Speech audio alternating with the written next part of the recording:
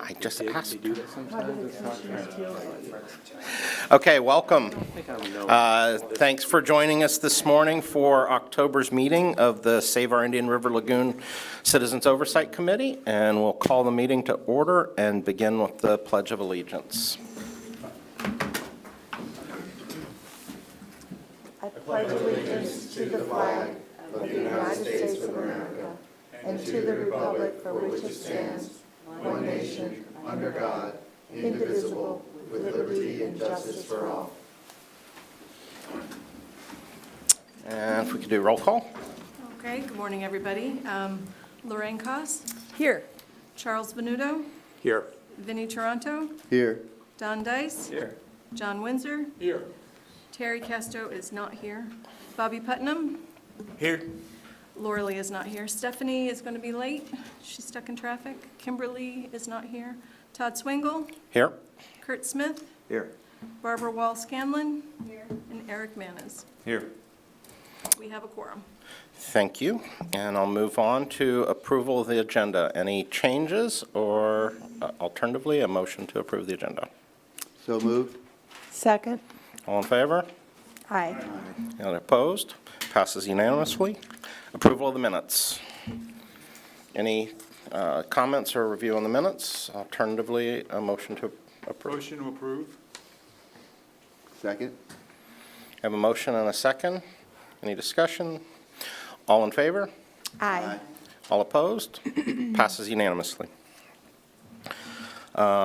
Move on to progress and fiscal reports. First item up, monthly progress report, Virginia. Good morning, thank you. I wanted to start by introducing a new staff, Melanie Howarder over here. She's replacing Dominic Dudai on assorted septic, sewer, leaky lateral, package plant connections to sewer, contracts, a slew of items. She has a master's degree in oceanography and coastal sciences from LSU, so we are very fortunate to steal her from the Endangered Lands program. So welcome, Melanie. And she's very smart. Yes, yes. And she's been here for 4 days, so don't scare her off yet. Right. Okay. Satellite Beach has completed the Lori Lane stormwater basin project. Leaky laterals, we are at 420 of 649 are repaired. There were 8 more quick connects to sewer completed this month, 13 more septic upgrades completed this month. UCF conducted 1-month post-deployment monitoring of the oysters at McNabb Park in Cocoa Beach. And, you know, those baby oysters have a high mortality rate, 54%, but they're growing. And then they went to another site, Causeway Cove, where they found a huge recruitment event that has increased the count of oysters by 3 to 8 times, depending on which module, which design, where you're looking. Bobby Putnam's video, My Lagoon Story, is complete. You'll get to see that later this meeting. We have executed a grant contract from DEP for the Willow Lakes package plant connection to sewer. We've submitted a number of legislative priority appropriation funding requests, 2 for septic to sewer projects, 2 for muck removal, 200 quick connects to sewer for homeowners, 100 septic upgrades for homeowners, and 1 feasibility study for causeway reduction, which is also on your agenda today. Underway, we received 16 project applications for consideration in the new plan, and staff have been reviewing those. We'll send those to you in your packet for the next meeting. That'll be one of your more important meetings of the year. And then Molly has been very busy closing out the old fiscal year and opening up purchase orders for the new year. It's always a busy time of year for our finance folks. I apologize. Somehow the derelict vessel count got deleted in the agenda. It's 2 more derelict vessels were removed this month. The Miko sewer line extension has surpassed the South Central Sea septic to sewer project. So Miko is now at 95% complete. and they are cleaning up as they go. So they're going to be done. We're pretty confident they're going to be done by December, and we'll be able to start connecting people. South Central C, septic to sewer, is just short of 94% complete, but that's 3 different HOAs, and the southern HOA lift station, all the equipment arrived and it's been installed, and FP&L has done the startup, and so we're moving forward with getting DEP approval to be able to start connecting homeowners in that southern portion of the project, even while they're finishing FP&L work in the northern 2 HOA areas. And then in the long list of progress on design for other septic sewer projects, I just wanted to note that South Banana Zone B, those permits were submitted, and so, or the permit applications were submitted, so that will be moving forward to bidding here fairly soon. Grand Canal, we're just short of 300,000 cubic yards removed. Sykes Creek Phase 1, we're working on restoring the dredge material management area. Sykes Creek Phase 2, this talks about Gopher Tortoise relocation, but we just signed the master contract with Taylor Engineering to provide all the engineering services associated with going to bid and constructing the Phase 2 project. The Oak Alley muck dredging says we're working on bid documents, which we are, but the seagrass surveys were completed this month as well. Canaveral South muck dredging, the RFQ for engineering went out, so all those engineers out there, we need engineering consultants for Canaveral South muck dredging.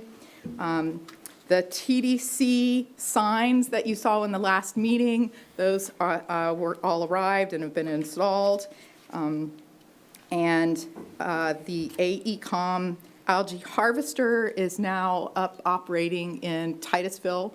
The staff and AECOM have been busy running around measuring algae, trying to find the worst water to treat. So if you see blooms, if you hear about blooms, please let us know, because it's that time of year when the water is cooling down and the days are shortening, and there are fewer blooms. So we're actually looking for bad water for AECOM to go harvest algae from.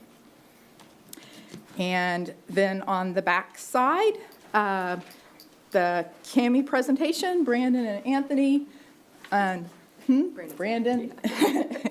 And I know some of you were there too. I've heard great things about that event. I did the Marine Resources brown bag from my house because I was not in a state to be with people. But hopefully that conveyed some information through my coughing and hacking. And then Aaliyah and Brandon also participated in the A Day in a Life of the Indian River Lagoon event. And I know the MRC's Low Impact Development Conference is ongoing. A number of you and a bunch of our staff are there. So I don't know if anybody wants to say anything about that. Otherwise, that's my report. Yeah, I was at the LID conference yesterday, and we'll go back today after this. But it was really good. I learned a new word, GSI, which is Green Stormwater Initiative. So now the new buzzword is LID plus GSI. And so it's just kind of cool, though, the way they divide up. LID is more about preventing the water from entering the storm water system, and then GSI is about how can we add green infrastructure to the actual stormwater system. So just really interesting stuff, and hopefully there'll be more information coming from it. Thank you. Any others? Okay, move on to the next item, which is our monthly revenue graph and financial statements. Real quick, Virginia, how many homes were those two, the MICO, just going to connect? Just was. South Central C is like 145, and MICO is a mix of commercial and residential. So there are big marinas and strip centers and gas stations and, dry cleaners and all in addition to 14 homes at the south end. So I think it's 19 commercial, Wow. 5 resident, or 14 residential. there's 2 phases, so it's about 25 total properties. So probably around 150 or upwards of above that as far as homes connecting to the sewer system. Yes, Okay, between the two, yes. awesome. Go ahead. Virginia, do you know approximately the proposals that were submitted for the legislative priorities, the value of those? I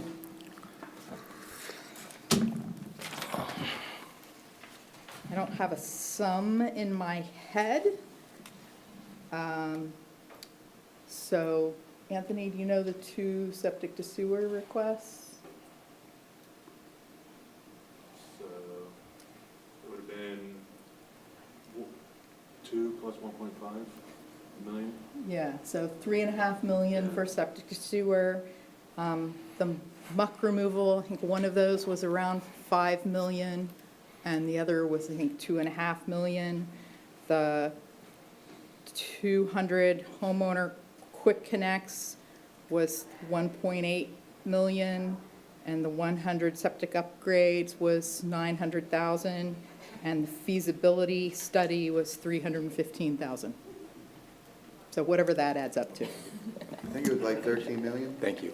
14 million. Could we get, do you have a sheet with the legislative priorities that we could get?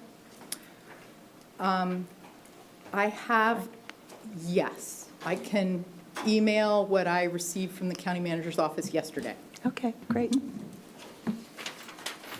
Okay, thank you. All right. Good morning. For this year's current fiscal year cumulative collections, we have $346 million. Collections from July were at $4.5 million. And let me do this. Whoops. Then for our revenues, we have $310 million assigned revenue this year. And we have $60 million in expenditures for projects and open POs. And our actual expenditures for this fiscal year are at $19 million, but as Virginia mentioned, we are closing out this fiscal year, so that'll be going up a little bit in the next few weeks.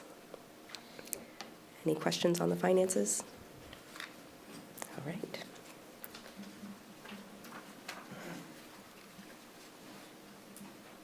Sally's next. Sally? Okay. Okay, we'll move on to the next item then. Other reports and special presentations, soil health matters to the Indian River Lagoon. Welcome. Thank you. Thank you for inviting me. Usually I do this talk for homeowners who want to take care of their yards, but I know you guys are involved in that or care about that part. So we'll go ahead and let's see. Oh, I did the wrong thing. Here we go. Should I just push something, maybe the arrows? Yes. Okay, So just move that. forward, yeah. Okay, here we go. So I wanted to start off about our sandy soils. The majority of our yards are just sand. And so there's none or low water holding capacity. And the rain and the irrigation, if it's not absorbed, will just move right through into the groundwater. And then all groundwater flows to the same basin. So in Brevard County, you guys know, we either have the Indian River Lagoon or we have the St. John. So this is a park near my house where you can see the seepage from groundwater just going right out to the Indian River Lagoon. So healthy soils are what help protect water quality. And so nutrients and synthetic fertilizers that are in solution, when they're not absorbed by the roots of plants, go into groundwater and then end up right into the basin. So this is something that I try to help homeowners understand. And typically we have, people fertilize their yard. They're using synthetic fertilizers, which often are used without even soil testing. And so nutrients in synthetic fertilizer are water soluble. So they're made to go into solution so that the roots can just absorb them. And this is similar to hydroponic gardening in sand, essentially. So there was research done at the Morrow plots at the University of Illinois, and I think it was 1999, they did a paper. Whatever the farmers were doing in their fields, they were doing in the Morrow plot. They actually started in 1876, which I was impressed. They've been doing this for a long time. And in 1999, they wrote a paper about the fact that the fields that had the most synthetic fertilizer had the lowest organic matter content. The belief was nitrogen creates organic matter, and that's not the case. Nitrogen can stimulate bacteria in the soil to consume the organic matter, so it can actually make it go lower. So that was pretty important. So what is dirt? Okay. So dirt is basically soil particles, think sand, silt, clay. And then we also have some organic matter. Typically, it's not very high in our soils, unless you're in an oak hammock, and then it's wonderful. But it's typically just soil particles and bacteria. It lacks organic matter and the mycorrhizae and predators. Think protozoa and nematodes, not lions and tigers and bears, not those. And it has no soil structure, so that's another big thing. So it's anaerobic conditions, and so basically insect, weeds, and diseases are going to be what you have a lot of. So soil structure is super important, and so when the microbes are killed, which can be done in our typical construction practices, right? You go in, you clear out all the land, and then you bring in fill, and you've destroyed it all. So when the microbes are not there, there is no soil structure. If there was soil structure, like in our wild areas where they go in to develop, then they ruin it all. And so weeds are an indicator of anaerobic conditions, which basically means you have dirt. And one thing I will say, though, we can mow weeds, and it does look like a lawn when people drive by, so there's nothing wrong with that as long as we mow. And establishing the soil food web can alter those conditions so that the weeds don't have the advantage. The plants that we want to grow have the advantage. So organic fertilizers is typically what I try to recommend that homeowners use. Sometimes, they're always a source of food for the microbes, and then they're typically more slow release, if not 100% release. We have some 100% release nitrogen sources that are great that the microbes have to break down. Blood meal is one exception, though. That one you put down, you add water to, and it's readily available, so you wouldn't want to over-apply that. So nature doesn't just supply nitrogen, phosphorus, and potassium, which is typically what we think of for our typical fertilizers, though now they're not supposed to be carrying phosphorus because of our, the ban, which is great because mycorrhizae can help the plants get more than they could get on their own anyway. So in nature's garden, the plant is always in control, but only if the soil food web is present. So, if we clear an area and then we come in, we've destroyed it all. But if it's there, they can definitely be in charge. So the rhizosphere, this is a great word for Scrabble. If any of you guys like to play Scrabble, someone puts down sphere, you just put rhizo. It's great. But this is actually the most biologically active area within the soil, and that's right around the roots where they're actually sharing sugars as root exudates. So the microbes come for all of the food, and then that's where you have all of the living and dying and all of that. So the nutrients are really made available for the plants, and the plants can actually request what they want. So they're always sharing root exudates. A plant will share 10 to 40%. Now 10% is for the weeds. Weeds only share 10%. They don't really care if they get a lot of help because they're going to grow fast and all of that. But once you get into perennial plants, even our row crop plants, and once you get to trees, it gets up to 40%. And so when this food is served, basically the microbes are going to be there. It's just like we would. If someone's going to serve a party, we're going to go. So exudates of simple sugars are used to attract bacteria, whereas complex sugars are used to attract fungi. And bacteria create glues. They have more of an alkaline pH, and then mycorrhizae, or the fungi, create more of an acidic soil. And they have found within the root system of a plant that you can have different pH readings, okay, depending upon if they're getting bacteria or fungi. So this is a graphic to give you guys an idea of the soil food web. I think of this as Mutual of Omaha underground, okay? So we first have to establish the saprophytic fungi, bacteria, and mycorrhizae.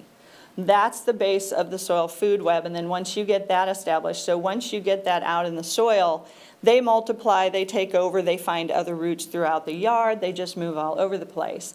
And we need the saprophytic fungi to break down organic matter like trees, trunks, and things like that. Then we have the secondary consumers, which are the predators. So the main ones that we look at are nematodes and protozoa. And nematodes always get a bad rap because of root knot, but there's a lot of good ones. So they eat bacteria, they eat fungi, they eat all the other stuff. And then we have the high level, so that's where you have the other earthworms and things like that. So once we get the base in, then everything else starts to come in once there's enough food source. So fungal degradation of wood is super important, and that's why we have the saprophytic fungi. So they are the only ones that can go ahead and break down lignin. And you have to do that to start the whole, and that's why the forest is so good, because it breaks it down and then it has really rich soil. So we do need the beneficial bacteria. They're really important because after the saprophytic fungi breaks down the wood, they move in and mop up the rest. And then bacteria are basically little balls of nitrogen. So when they're killed and stuff, that makes nitrogen available for the plants. Endomycorrhizae is really important. So there's two types of mycorrhizae. Endomycorrhizae has a symbiotic relationship with about 85% of the plants. So think of the tomato, pepper, sweet corn, all the way up to our grasses, all the way up to, as we get more and more woody, then it goes into the other type. But fungal hyphae can actually spread out further and get into smaller particle sizes so that they can get more water and more nutrients. They can mine more of the soil, basically. And then they can provide a complete balanced set of nutrients as the plant asks for it. So it's pretty amazing what they're finding out now. So ectomycorrhizae has a relationship with 2 to 5% of the woody plants, evergreen plants. And so they actually have a physical coating on the outside of the roots, so they also can do a physical protection for the plants. So if any of you guys are growing oak trees, you want to get ectomycorrhizae in your soil to help them. Biochar is something else that they found Terra preta in the Amazon, and what it does is it continually builds organic matter. And so basically, when you start wood on fire and it flames, when that fire dies, that's when you want to snuff it out. You can also buy lump charcoal and crush that up. You basically want you want pieces from 1 inch down to dust, so you want a wide range of sizes. And you need to charge it, which means that you soak it in water with nutrients, food sources like oatmeal, sugar, things like that. And you charge that for like 24 hours, and then you can use it in your planting holes when you plant. So that's what they did in the Amazon area. That's where they found Terra preta.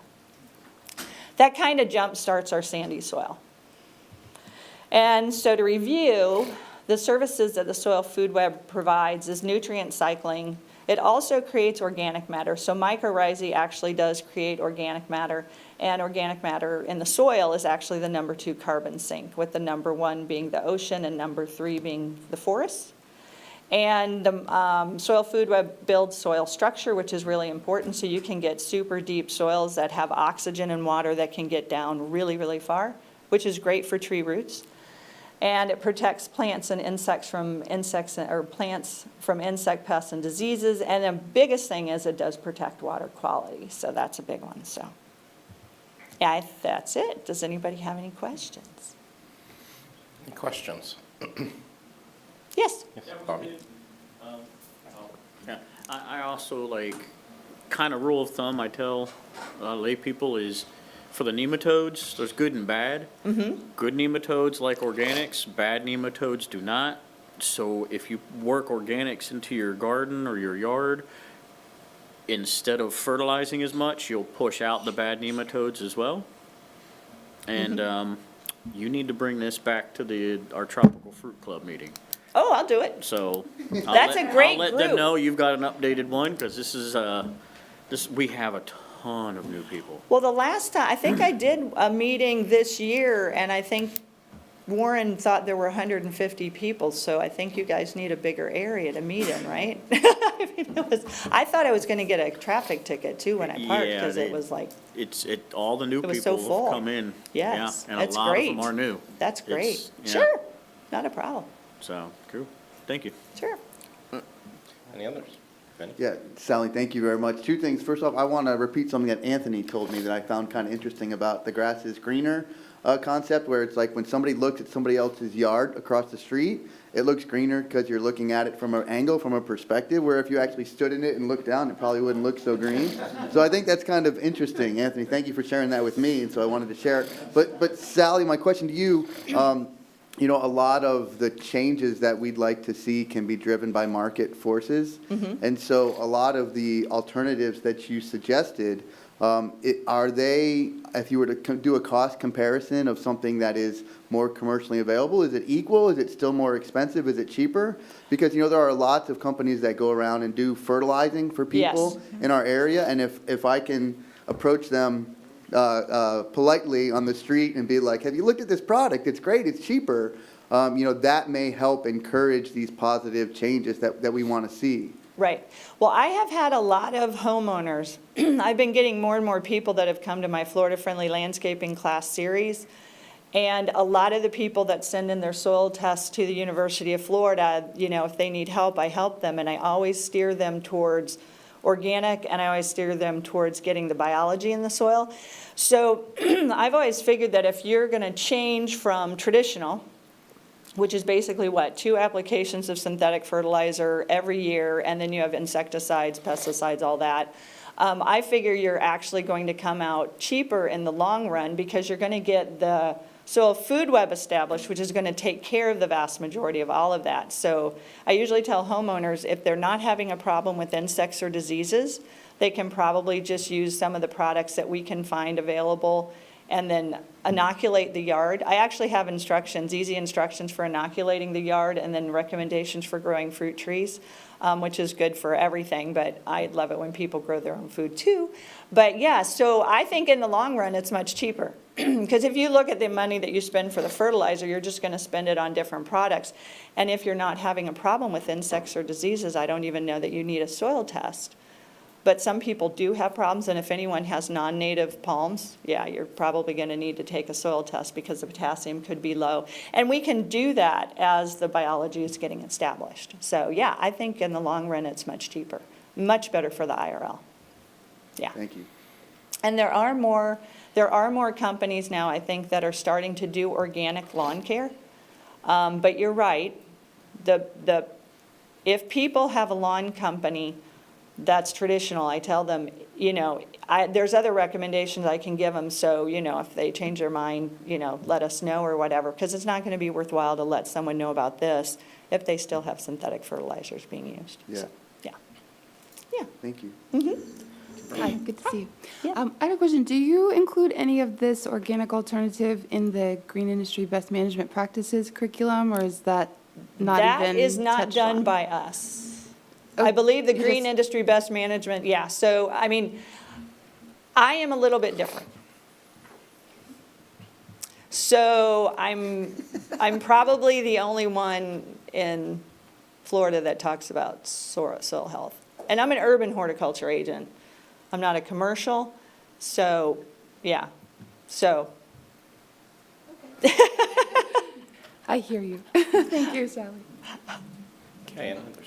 Yeah, and this isn't so much, but thank you, Sally, it was a great Yes. presentation, Yes. as you always do. And it's not so much a question for you, but it makes me think, you know, we've doing all these great infrastructure-based projects, and I think we're starting to yield some results. But as we mature and as this committee goes on, things like soil health and that impact to the Indian River Lagoon, you know, I think we need to be looking at different things like this.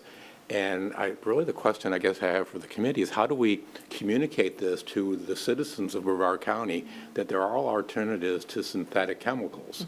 And I don't have an answer. You know, it would be great to perhaps have an endorsement from the county commissioners to get this out that we're, you know, we need to do things different if we expect to have better results. If we keep doing things the same, well, we know that Insanity. definition.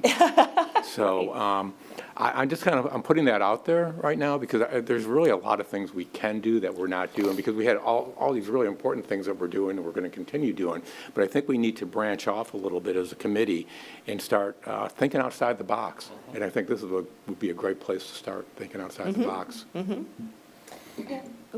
Oh, I was just going to add to that, and with so many new people moving here now, particularly in this boom period, that education or endorsement from the commissioners would be helpful. I was just going to add, I think if people knew there's an alternative, they know that there's an organic option. I think they're more, obviously, if they don't know, they're not going to resonate towards that. But I think a lot of people are interested in continuing fertilizing in general, whether they need it or not. So if they know they have that alternative, I think so it's a great idea to incorporate that in our outreach.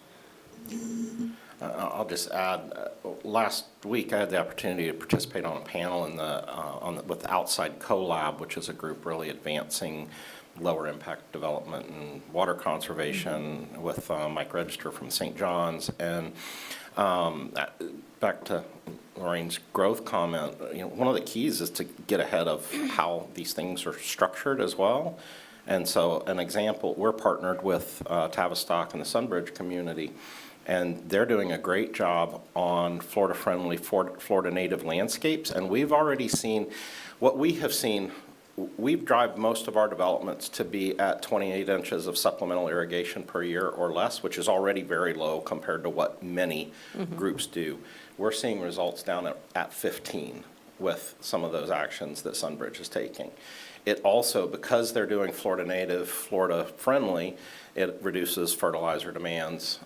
They're taking some steps with soil augmentation on the front end to make sure that soils are right to support, to support growth without supplemental fertilizers to great extent. So the other thing I'd advocate for, we've got a lot of those existing residents that we need. Education's absolutely a key part, but we also need to, we're in a development boom and we've got to get in front of those because every house that is built that is just perpetuating, lawns is just one more that education becomes our primary option rather than truly getting it right from the front. So a couple steps that I would really love to see is that education and that push for some revised development standards to push us more toward Florida-friendly, Florida native.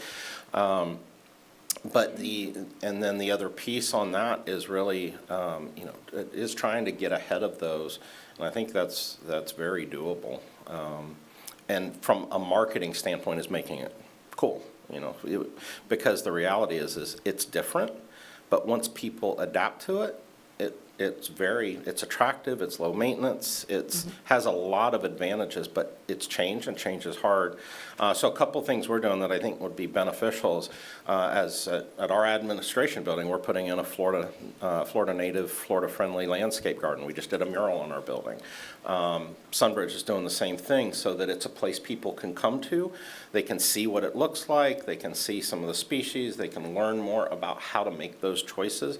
They can really immerse themselves in those options. So if there was some opportunities by partnering either with the county or some of the local cities to get some demonstration gardens out at public facilities so that we can begin to connect with the public better, I think that would really go a long way. With the grant money that's out there and things from some of the water management districts and state agencies, I think there's probably some ways to do that pretty cost effectively too.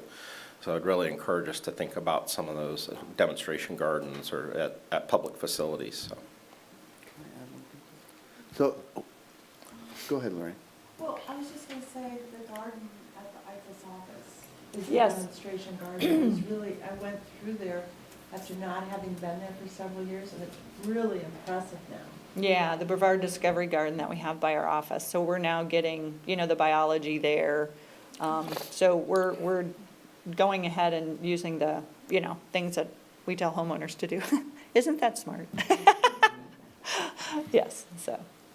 Virginia, would it be possible to use the fertilizer education money that we have to add in some of this messaging? I know we've been doing fertilizer education since the beginning, right? And so maybe I always like to look at a campaign, an educational campaign, and make sure you update it, add some new, trinkets or sparks to it. So maybe we could try to incorporate, I'm sure Sally would love to help us incorporate some of that. Definitely. Some of No, that I'd love into to. it. Yeah. Yeah, we're at that transition where we're reevaluating, and we're working on a new RFQ. Awesome. So, yeah, this is the time. for Yeah. that. You know, I was thinking that Sally and Virginia, I don't know how feasible this would be. But living on the river, I've got, just on my street alone, in the last year and a half, I've had three old houses torn down and new houses go up. So as to your point, they bring in 2 feet of fill that's basically just clay.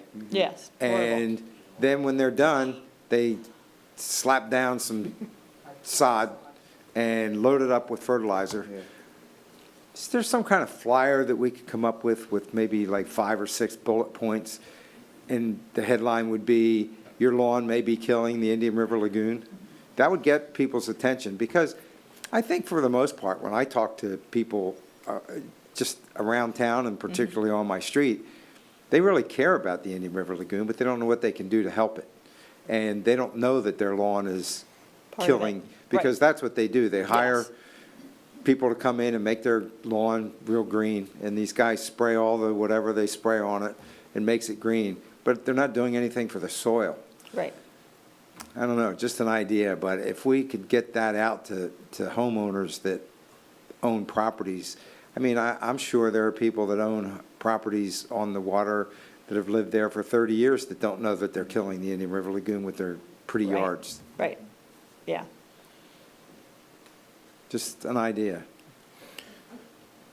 Lorraine? Good idea. I mean, it's true, because people are longing to do something on their yards, and just don't have the information. They don't know what to do. Right.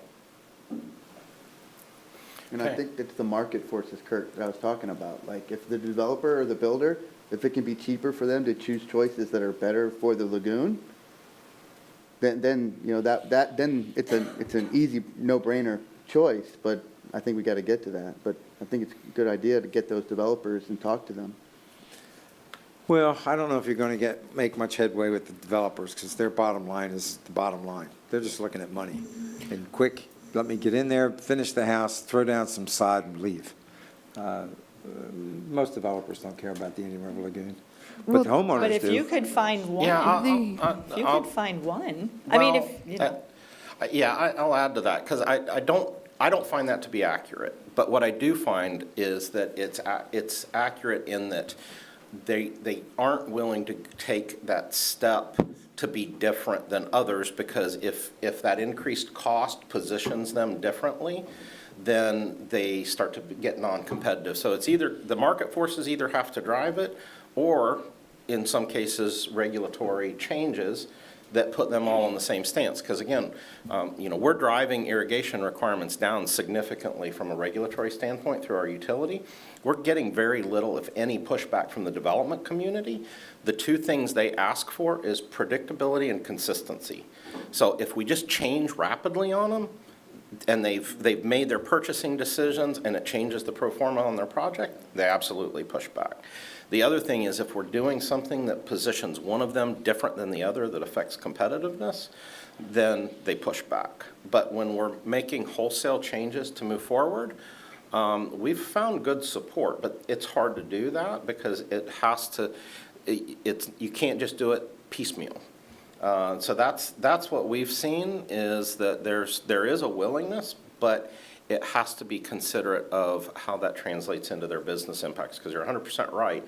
If you just try to encourage somebody to do it and it's affecting their business, and then, yeah, they're not going to be supportive. And we definitely don't see that type of thing moving forward when it's just voluntary, because it does impact their business and they're not making those choices. Well, and that makes a lot of sense, but the other side of the coin is probably 90% of the buildings and homeowners on the water are long-term residents. Yeah. And so those are the ones we really have to reach. I mean, it would be great if we could get the 3 developers that have just built houses on my street. Yeah. But we've got 20 other, 30 other houses on the street that have been there for years and years and years, and the homeowners have been there for years and years and years. So, and they just keep doing the same thing they've always done.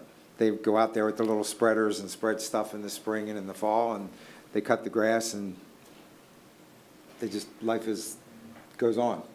They don't know that they're killing the Indian River Lagoon.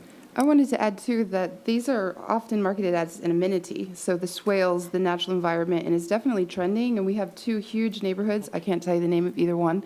But the one that's speaking at the LID conference this weekend, Babcock, thank you. And then there's another one that's just about finished in Orange County, close to the airport, Osceola, Orange County line. And they're all Florida native. So the developers are pushing that. It's low cost maintenance, and I mean, there's a lot on the pro side. And these, it's trending. People are grasping the concept of low impact design, development, Florida natives. And so as they market it as an amenity, it is catching on more quickly, so. Well, that's good to hear. One other thought might be if you could find a developer that was willing to test with one house or whatever, just to say, okay, let's do it different, because I think a lot of times if people can see a difference, then it's easier to believe that it works.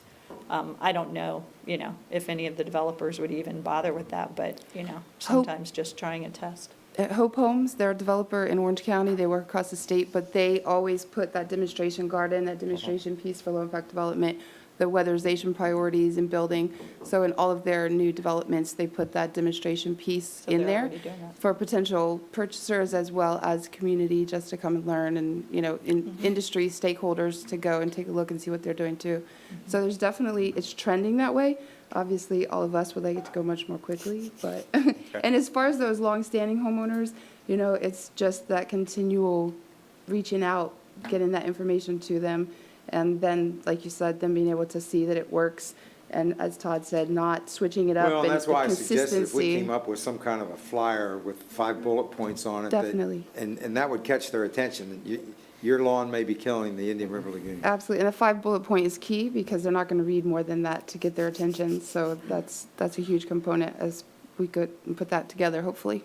Well, I think a key is understanding what your stakeholder groups are, and you really have 3 groups. You have existing homeowners that are staying, redevelopment, and new development, and the answers for each is different. So I think, Anthony, you had something you wanted to add? Yeah, so it's a few years since I've talked to him, but Dr. Evan Bean had been working with new developers.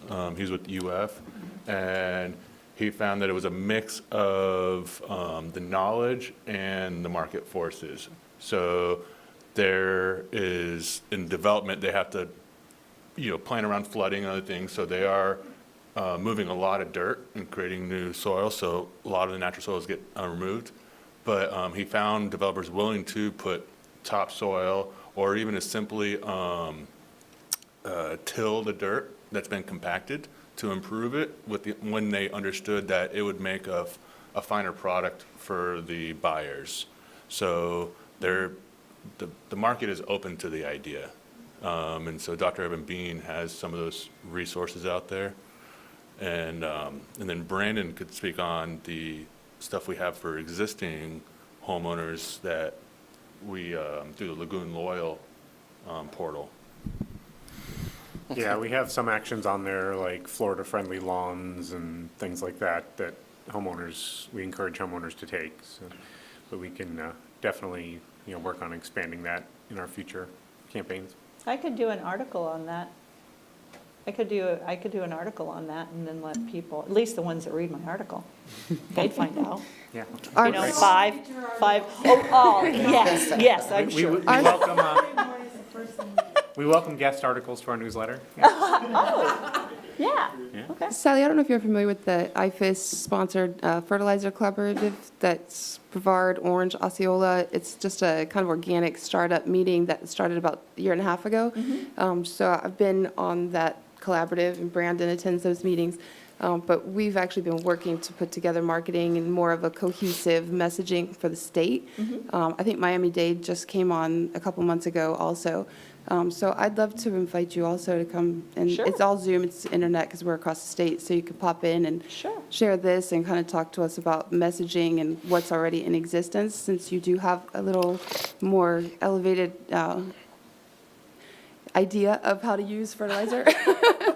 Or not. Or not, exactly, thank you, that's what I didn't want to say, so I No. appreciate you throwing that in, Yeah. yes, definitely. And I just want to say, your bylaws limit presentations to 10 to 15 minutes, so Sally whacked. blew it. No, you were right on, but she had to cut her slide deck to do yes, that. yes. And so she's got lots more for everybody who's talking about come present here, come present there. So on that note, can we just ask if there were additional slides that you cut, can you just go ahead and distribute that and make that available then? Yeah, I think as well? I still kept it. And then Okay. I That'd be perfect. deleted. Sure. She said 15. I would say, if the committee is up for that as well, I think that would be prudent for us to make as a kind of a rule too, as I think it's prudent to continue to limit our time slots, but that if any presenters do have extra materials, they can always put it in after the closing slide as addendum materials to make sure that that is available to whether it's the committee or the public. So, because there's often folks that will want that more detail that is beyond what we can accommodate from a time perspective, but I think it's advantageous to have that information available as well. Sure. Okay, anything else, or are we able to? Maybe I close on this, and, what I've heard is that a lot of this comes down to money. Developers want to get it in as cheap as they can and sell as high as they can. But, we incentivize our homeowners to change out from septic to sewer. Why can't we incentivize our citizens to convert to native? Have maybe a small program to start with next year and see what we get and what results that yield. Because we know there's a nitrogen reduction by going to natives and phosphorus. So, and it's probably one of the most efficient case studies and ratios that we could find.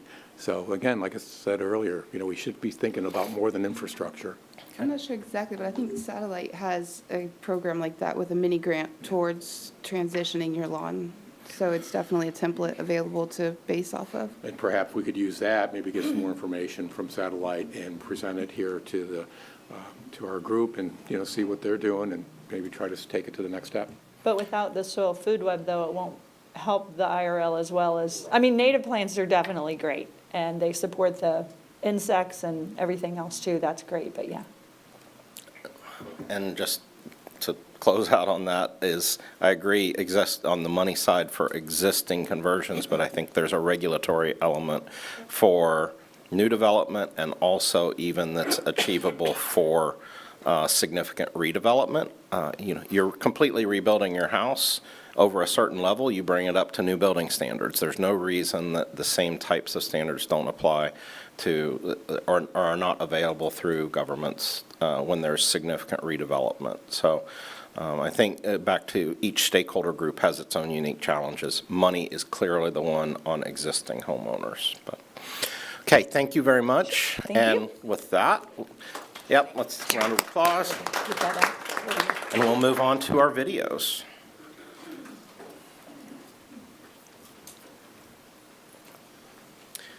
All right, the first video we're going to show is not a video we produced, but we had the media event for the AECOM algae harvesting barge. And so they had their own film crew out and they shared this video with us. We are working on a video with them that we will present to you at a later date that goes more in depth into the program, but this is sort of just a general high-level overview of that media day event. Welcome, everybody, and thank everyone for coming out. This has been a long process in trying to clean our waterways up, and coming up with new technology on how to get rid of the algae bloom is a key factor of this.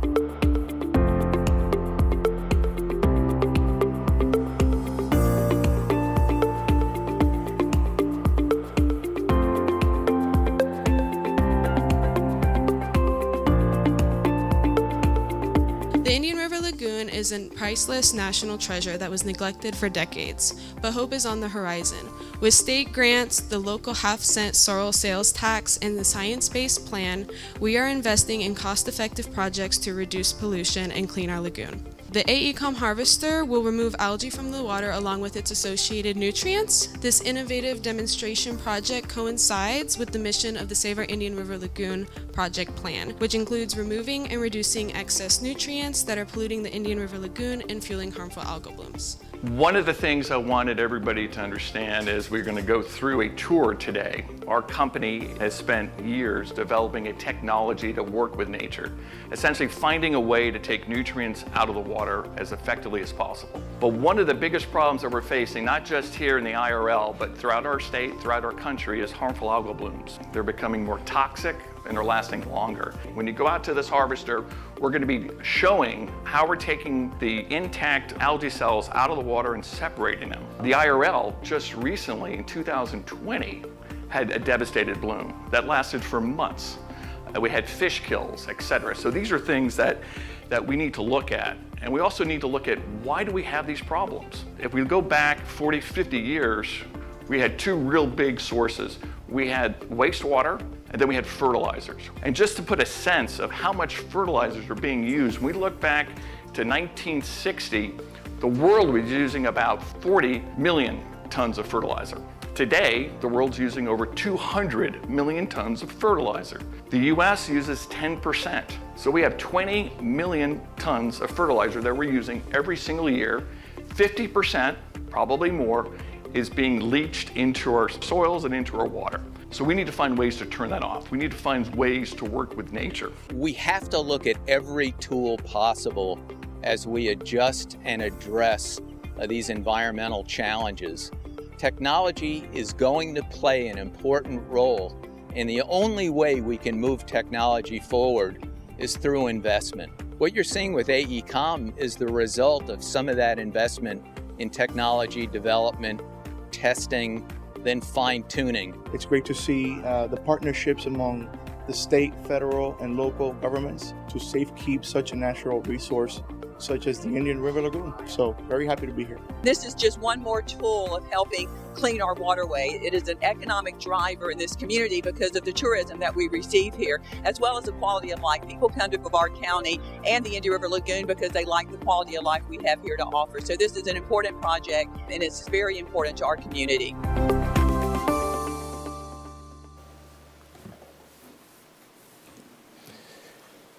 And there's been a lot of buzz online since we've put the ship in the water, and some misinformation and other things floating around. So just to clarify, this is just a pilot project that's being done over a period of 5 months. We'll be collecting about 5 weeks worth of algae harvesting data. And the technology's been successful in freshwater before, but this is calibrating it to the saltwater systems. And one of the criticisms we've been seeing online is that it's not addressing the solution or the source of the pollution. And this is meant to be a tool to sort of spot treat algae blooms when they get to those dangerous levels. It's not meant to remove the pollution that's already there. So we still have all our other projects in the plan, obviously, that's addressing the source of the pollution. So this would just be one more tool that we would use when we do get severe blooms, and it's one that we hopefully will have to phase out as we improve the lagoon. So we're not doing this on a continuous basis. A lot of people think it's just going to be out there continually harvesting, and that's not the idea with this.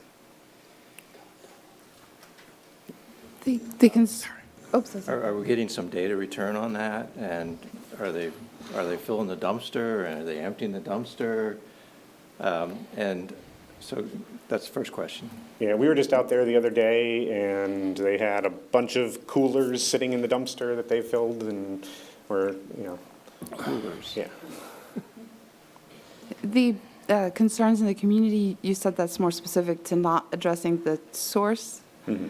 But other than that lack of information, the community hasn't had any pushback The other thing I hear a lot is there's people who are saying that, we're making a profit off of this, and Is that a possibility? Can we do that? So I don't see why that would be a bad.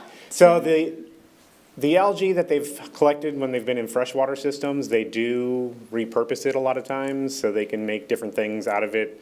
Biofuel, there's shoe foam, in the soles of your shoes, fertilizer, different things like that, that algae can be reused and utilized for. And while they've been able to do this in the freshwater systems, the salt content in our algae prohibits them from most of these repurposing uses. So we are going to test a small sample that would be used to make ink and see if the salt would be a problem in the ink production. They've done that with the freshwater ones, but they didn't think the salt would interfere with that process. I think it's better to repurpose it than to send it to a landfill and just take up space myself, but so there's been criticism on that, saying that it's just we're profiting off the pollution and we're not going to improve the lagoon because we're making a profit. Okay, thank you. And in regard, it still needs to come out of the lagoon. So if we can grasp it and kill it, even if we can't repurpose it, at least it's preventing a situation. So yeah, like I said, it would be just a tool to use when we get to those severe blooms. We can attack those and try to keep them from spreading. I know that I personally had shared a couple questions. Do we have a time frame when the data will be back? Just in curiosity about the different organisms that are in that algae, or is it still to be determined? That I don't know. Terry can probably talk on that. So as Brandon said, it's going to be running for a total of 5 weeks. They're on week 3 right now. I can't remember the specific date of when their final report is going to be due, but I have a feeling it's January, February timeframe. Once the 5 weeks are completed, they are going to analyze all their samples, the algae samples, and then we'll have a final report. And do you know, does that include the discovery of what other organisms are in what they're taking out, or is that not in their original specs for this pilot? They're going to be looking at the algae species in there. I don't know about other organisms. I'll have to look into the quality assurance plan for that. Sure, okay, thanks. Okay, any others? Yeah. This was really not the best time of year to do a pilot program. Can it be paused? And I guess not. Be paused and go at a better time. Mobilization is really expensive, so I know that we weren't expecting these cold fronts to come in the way they did, so we're trying to get what we can during this time frame. Others? Vinny? I just, sometimes it's not what we do, but how we do. And I understand the concern that the citizens have about this being a spot treatment, because I had the same concern. And so I talked to Dan, who is the president of AECOM, I think, and I said, hey, what's to stop a municipality or somebody from just calling this in whenever, and treating, doing everything they normally do.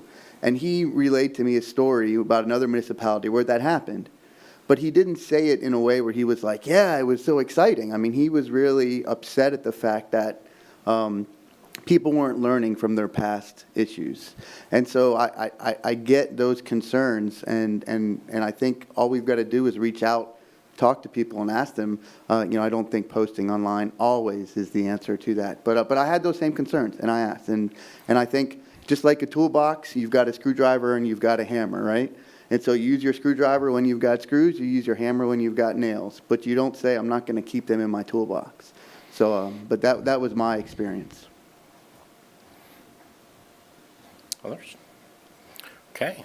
Where is this at right now again? Currently, it's right off of, we went out of the Kennedy Point Marina, so right at the end of 50. Okay, thank you. Let's move on to the next video. All right, and the next one is Bobby's My Lagoon story. I have so many fond memories of Lagoon. Just growing up on it, in it, around it. Probably most of it is just involving being on the islands and seine netting and finding horseshoe crabs and hermit crabs and even seahorses, which are unheard of now. I really wanted to serve on the Citizens Oversight Committee because it's such a unique opportunity that we're allotted in Brevard and Florida at large. A lot of states don't give this opportunity to their own citizens to be such participants in not just doing things, but helping to make sure things are done right. And I've just done so much around the lagoon with Sierra Club, with the Environmental Club in college, and so many other programs with pepper busts and mangrove plantings, and just being out myself, fishing and swimming and kayaking and boating on it. Overall, to me, the biggest challenge is keeping up on the work that's been done. You could spotlight so many things that have been worked on in the past and the present and hopes for the future, but it's keeping up with it. Aside from being on this oversight committee, currently I like to constantly keep up and be aware and educate people, not just formally like I do with the Imagine Our Florida group I work with, where we educate people on native Florida wildlife and ecosystems, but I also just randomly, when I go down and I'm walking the lagoon and I meet people and I like to talk to them. Do they know? Do they know about it? Where are they from? They might not have any clue about the unique life and the unique system that we have here. It is so vitally important to protect and to help restore the lagoon back to as much of the former glory as we can, because it is just integral for people. I believe that nature and people are supposed to have somewhat of an intimate relationship with each other. And me, as the tourism member, I believe it's important that I emphasize people's involvement, not just for business and for enjoyment, that we need to have access and we need to be able to maintain this ability to use the lagoon for pleasure, for business, just for life. And this is, again, a spotlight down here because you can see at the historical house behind me that they lived so close to the lagoon. There's no reason that we can't continue that as well.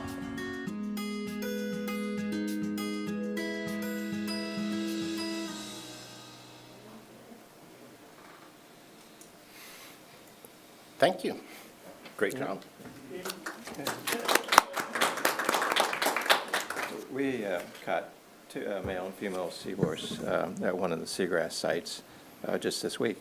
Oh, yeah, cool. Yeah, so, and we see them, occasionally. I have heard past recent years they have started to come back a little bit. Yeah. So that's another huge sign. They're pretty sensitive. So. Well, that's terrific. Because I was just telling somebody this weekend that when we used to get shrimp, I'd put the shrimp traps down on my dock, and it's been 20 years, I guess, probably since I was able to do that. But in the mornings, I'd pull the traps up and get the shrimp out. Well, there were oftentimes seahorses in there, little baby squid. I mean, I was just astounded at the sea life that we had in that, baby sharks. It was crazy that you'd see these little things, and I know, well, maybe they are coming back, but I would tell people now that you don't see that anymore, but maybe we will. Cool. Okay, thank you. We'll move on to have no old business. We'll move on to our new business. First item is Citizen Oversight Committee Succession Planning. Dr. Windsor. Thank you. I wrote a memo to the committee, a month ago or so. And so I'm not sure if we need to rehash a lot of this, but I thought maybe if folks hadn't heard of this before. Virginia, would you mind doing a minute or two on the background of the committee and how it got appointed initially? And I thought after she did that, we could talk about the succession plan items. Maybe while she's doing that, I will note, one of the things I added to my memo that wasn't in the memo last month was that the COC has no role in the selection or appointment of COC members. All appointees are selected from the applicant pool by the League of Cities or the Board of County Commissioners and then appointed to serve by BOCC. So all I want to talk about is what can we do to make the process go as smoothly as possible. Okay, so Virginia? Okay, I just wanted to share, so there was some misconception that this was part of the bylaws for the committee. Term limits come from the counties uniform code on advisory boards, so they apply to all the county's advisory boards. And so this is just, two of the most pertinent clauses about appointments. All at-large advisory board appointments made by the county commissioner shall expire every 2 years. An at-large member may continue to serve after the expiration of his or her term until he or she is reappointed or until a new appointment is made. And all at-large appointments shall be made by the board no later than the first board meeting in April of each year. So that's, your terms are 2 years. And they typically end in February with the new folks starting in March. But if something went awry, if there was a delay in the appointment process, your term would continue until that replacement was available. And then the term limit paragraph, appointees to advisory boards shall serve no more than 8 consecutive years or 10 years in a 16-year period on the same advisory board for which there is not an interlocal agreement or memorandum of understanding of other contractual commitment precluding imposition of a term limit, which we don't have any of that for this committee. But a commissioner may request the Board of County Commissioners waive the aforementioned term limits should the commissioner have difficulty filling an advisory board appointee position. The waiver of term limits will only be granted if the board votes in favor of the waiver by a supermajority vote. So this is a fairly new part of the county policy, term limits for all the committees. But even so, it's been in place long enough to see some of those waivers come through. And so the board has been approving waivers where there weren't good competing candidates coming in. And so, especially where you need certain expertise, this is a huge commitment. There are those waiver provisions.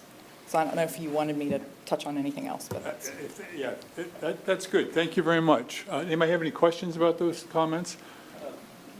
Is there restrictions to being on the board? Like, What kind of restrictions? You mean like sunshine law? the expertise, somebody in real estate, representing real estate, something? yeah, or residency or whatever. You have to be a Brevard County resident. Yeah, and that's basically it.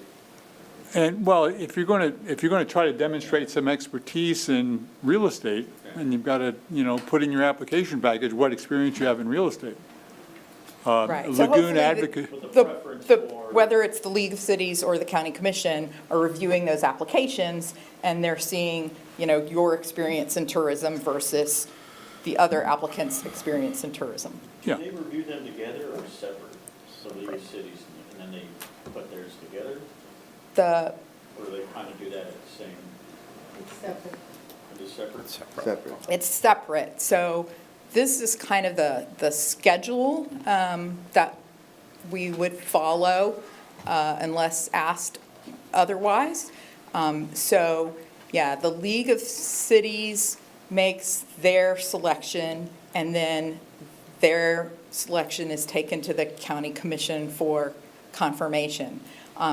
So it's an amazingly, back and forth, multi-step process. It takes about 5 months. The first thing is to ask you who wants to be reappointed, right? Versus which positions we definitely need to advertise. And then for everybody who wants to be reappointed, who's eligible for reappointment, take that to the League of Cities, take that to the county commission. Do you want to confirm these people, or do you want to advertise those positions? And once we know what we're advertising, we do paid advertisement in addition to all of the free advertisement to try to recruit good applicants. And we post that for at least 30 days to try to make sure people know about it and have time to respond and put in their qualifications in the application. And then that goes, right, if they are League of City slots, to the League of Cities. They meet monthly. Once we have the league selections, then to get that on the county commission agenda. Those agenda documents have to be prepared about 2 weeks in advance of board meetings. So there's just a lot of lag time going back and forth. And so, assuming that everything goes smoothly, in order to get people in place by March, we really have to start all the way back in September. Are those appointments fixed? Like, I know Stephanie was appointed by League of Cities, I was county commission, so is the alternate for education always from county commission and the lead for education always League of Cities? Yes, so in the initial selection process, the county commission got 4 voting seats and the league got 3 voting seats, but the league got to pick which 3 seats they wanted to be theirs. And so, yes, those are fixed. Okay, Vinny? Oh, yeah, I was going to, and Dr. Windsor, and this may bring us into the discussion going further. Would it looks like that we know who will be in those seats the month before they sit in those seats. So is there any rules or anything that says we couldn't back that up a month or two? So in other words, they may know in January or even in December, the Board of County Commission would vote, and then there would be, 2 months or 1 month additional where the people who are going to serve would know, giving them additional time. Is there any Right. reason we couldn't There do are that? no rules that I'm aware of that would stand in the way of that. We'll note that November 2024, there will be an election for 3 or 4 of the county commission seats. And so I don't know how often we see that the existing board will defer those kinds of decisions to the next commission. And so, when you're looking at asking the board for a decision prior to November, they might defer that decision. And I will mention on that same note, we would be needing to approve the next work plan after that election, right after that election. And so you might, trying to get new board members in right then, getting them to start a month early, and then their first action item is to vote on the approval of the work plan that some of the new county commissioners may like and some of the new county commissioners might not like. And so it's probably best to have the most experience you have at that point, and then bring in the new member after so that's why the March timeframe is a better time to start. Yeah, it wouldn't be that they would sit here on that date. We would know who those new members are, but they wouldn't vote until their term started in March. Now, you can see from what Virginia has described, why I was so concerned about 7 people going out all at once and the difficulty in doing this. In some ways, I see that it's simpler for the county staff just to deal with all 7 at one time mechanically, but then maybe not. I don't know. And so I appreciate your summary there. Does anybody else have any questions for Virginia? Let her sit down, unless there's something else you wanted to say. So, given what you just described with who selects in the 4 seats for the commissioners versus League of Cities, so if I were to resign for this year, Charlie were to apply for the member position, then, how does that work? How did it work with, didn't Vinnie move from being an alternate to a member? Yeah, so how does that work then with the balance of who decides what? Right. So if an alternate wants to be considered for a member seat, they would need to let me know that in the renewal request step. And so I would take that to whatever the deciding body is, the League of Cities or the County Commission, to see if they want to do that or they want to see the other applicants before they decide. And So then it would become far, it's about a 50-50. Like, sometimes they have promoted the alternate and sometimes they have not. Stephanie? And then what happens to the balance of seats, though? League of City versus Commissioners? Because, well, I guess They he stay would the be the same. Commissioners, and then the League of Cities would determine this seat. Yeah. So I think You you're put- League of Cities, right? No, I'm No. Commissioners. You're commissioners. Okay. So if Charlie were to apply for your commission seat and the commission said yes, then his League of Cities seat would be open. And so the league would be reviewing the applicants for that alternate seat. Stephanie? The question that I have is, it doesn't appear to matter whether you were sitting as an alternate or as a member for this 8-year term limit. Is that accurate?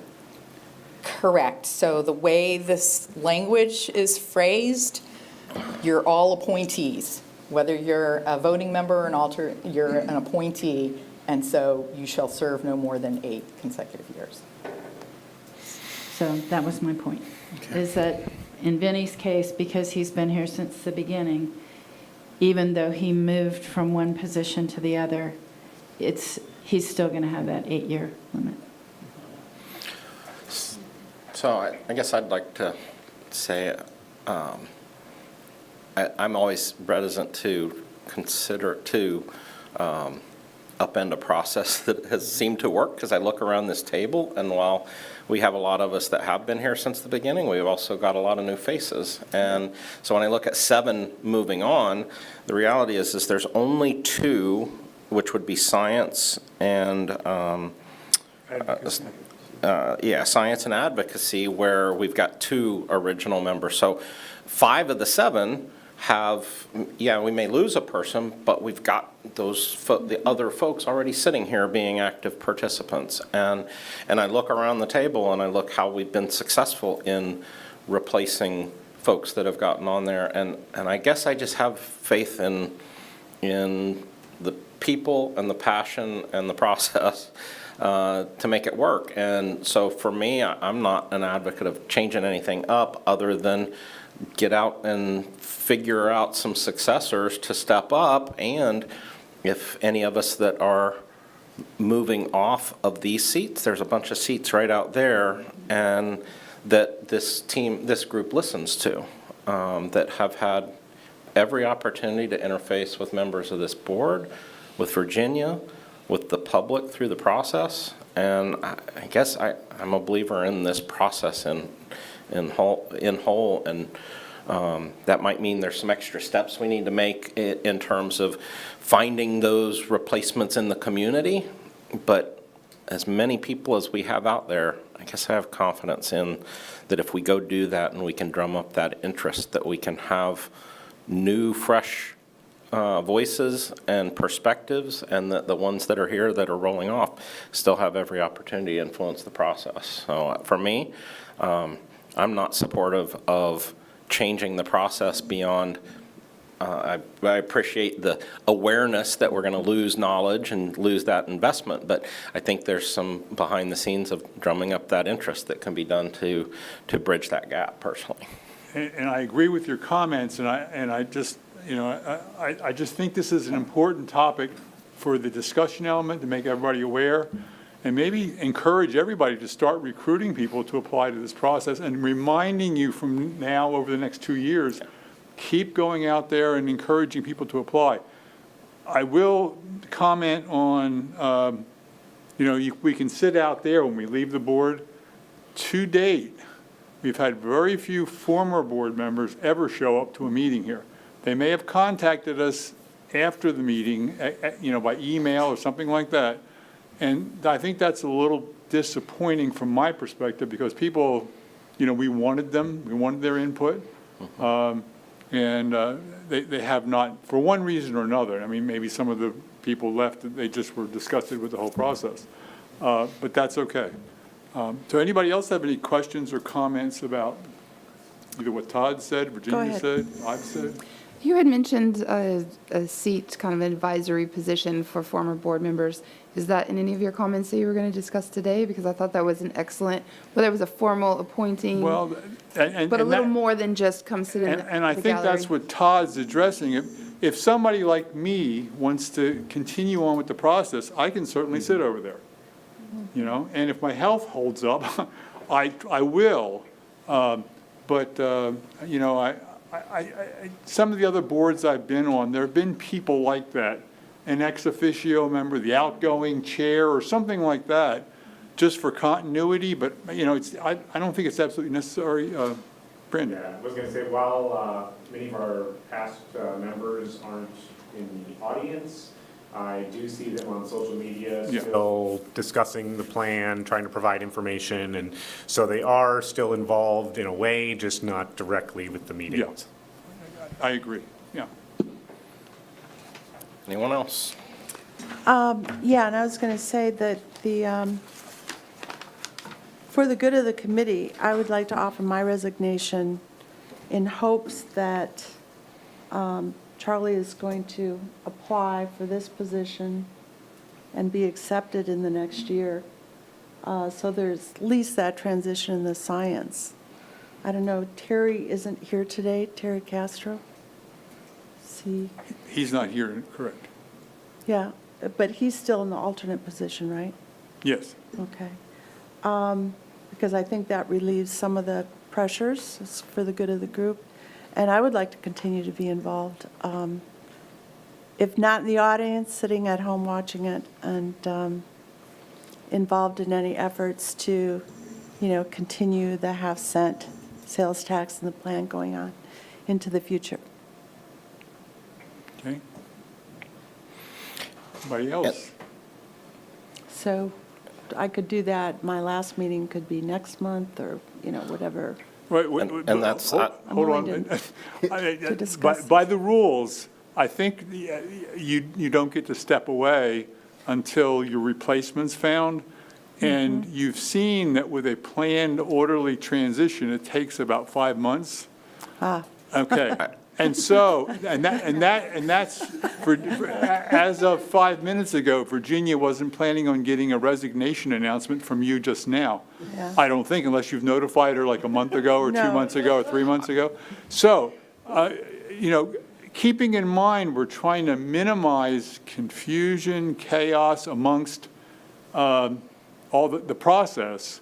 You know, I might encourage you to stick on for a while, but that'll be your decision, I'm sure, and go through a normal process of transition that's been described from the beginning. So unless, you know, health or something else takes you away, you know, it's just going to add an extra burden on staff that they probably don't need, but, you know. Well, I'm certainly willing to serve until a new appointment is in place. But So I can discuss that. if with it you pleases later. the committee, I would ask that Lorraine and Virginia just, it's a very personal choice. One, I appreciate the leadership of making that sacrifice, because I know how much this does mean to you as well. But as a personal choice, I think it would be prudent if you and Virginia can kind of take that offline and decide and have that discussion on what makes sense for both you, and be able to seek Virginia's input on orderly transition and what makes sense. Because we've got time as well. This isn't real pressing in that we've got, at least about 2.5 years. 1.5? Okay. So before that happens. So if it would be okay with both the committee and Lorraine, I just ask that you take that offline and have that discussion about your specific seat, because that is a very personal choice as well. So anyone in opposition? I did have that, because I think you might be looking at an earlier draft of my memo. The draft that's attached this time doesn't have that consideration option in my discussions about individual members. And so, you know, my thought was individual members could go off, and I had a conversation with Virginia, and I understand now that that would probably be more chaotic than what I really thought was going to happen. And so, you know, me not having ever to recruit a member for this committee, just said, oh, well, it's simple, just go pull from the applicant pool and that sort of thing. And you may remember back the applicant pools and the process you went through when you originally applied. I know it's been a long time ago that you originally applied. And even in the reapplication process, it does take time, it takes staff time. And think about this now, if it takes 6 months for a replacement to be found for you, we're in the middle of the time she's going to start recruiting for the next batch of all 7 people going out. Because it's going to be next year, in the middle of the year, that she's going to start this, right next summer, you're going to start this process. Yeah. Well, March is when you ask whether or not we're going to renew, right? September. September. Okay, so, anyway, other comments? Yeah, I Charlie. was just going to say, too, we know there's 7, but that doesn't mean there's not going to be additional members who are going to resign. So we have that unknown factor, just to keep that in mind. You won't know until then, yeah. May I just? Yes, go ahead, Right, Virginia. I mean, people can resign whenever they need to resign, obviously, and we'll go through our process. What I sensed in the prior memo was a suggestion of maybe rolling resignations. And so I didn't want every month starting this process over for yet another seat. So, if there are multiple people thinking about going out early, it would be good to do them as a lump. But we'll fit your needs. Yeah. It also saves us on advertising funds too. So as Virginia mentioned, we do paid advertisements. So if we have multiples going out, then with this process, we advertise everything at once and we only have to pay one advertising fee to the periodicals that we put it in. Whereas if it's rolling, then we have to repay that fee each time. Well, my decision is based on what's best for the committee, so we'll have that conversation. Okay, anybody else? Okay, so where I'm leaning at this point is I agree with Todd, leave things the way they are. It's unlikely the county commissioners would ever support extending anybody's term, and there's no reason why people have to stay on for another 2 years beyond the 8. And individually, if you're going to be going out, contact Virginia and have some conversation with her. Okay? Is that where we are? I think so. Yeah. Yeah, and so we don't need any motion on that. I don't think there's a motion on this, so. No. But I do thank you for bringing this up, because I think any time that you have an organization with longevity on it, having that discussion, so regardless of whether there's changes or not, just having visibility of it so that that everyone can make as good of decisions and prepare as much as possible is always warranted. So thank you for having that proactive stance to look at this. Thanks. Just one thing real quick. I know we talked about us reaching out or looking around for people in the community that we think would be good. If there is anybody who's at home watching this who is interested for a specific lane, our contact information is on the website. And so if you'd like to reach out to us, we don't know who you are. I love going to lunch. I'm Italian. We like to eat. So I think it works that way too. I really do. We can reach out and find people, but I'm more than happy to talk to anybody who's interested as well. Can we change Benny's name tag to Vice Chair / Recruiting? I thought you were going to say likes to eat or something on my name tag, because I'll take that one too. No, I appreciate that. Okay, let's move on to the next item then, the 528 Causeway feasibility study funding. Okay, so way back in 2015, Dr. Zerillo at Florida Tech did some modeling of the lagoon, using modeling that traces an imaginary dye, how long it lasts in the water, how quickly it clears out. And so the panel on the left, if you start with that yellowy color, how does that change over time? So the middle panel is 150 days later. The right-hand panel is 340 days later, so nearly a year later, and you see that the upper reaches of the Banana River, the upper reaches of the Indian River Lagoon have very little turnover of that imaginary tracer dye, whereas as you get closer to Sebastian Inlet, there's been more water exchange. So this was 2015. Fast forward to 2019, 4 years later. Here's another report that Dr. Zarillo did for the National Estuary Program and Canaveral Port Authority. This looked at what if you removed the causeways, replaced the causeways with open span bridges over the Banana River at 528 and 520. How would that change that tracer dye model? So the left is with the causeways the way they are, and the right-hand panel is replacing those causeways with open span bridges. And so you see that there's a lot more water exchange in the North Banana with the removal of those two causeways. The 520 causeway is already scheduled to be changed to a bridge span in DOT's plan. The 528 was going to be widened and raised a little, but not turned into a bridge. So a lot of meetings, a lot of effort. We talked about some of this at the last meeting, and I shared letters from various groups and organizations that encourage DOT to consider also converting the 528 to a raised bridge structure. And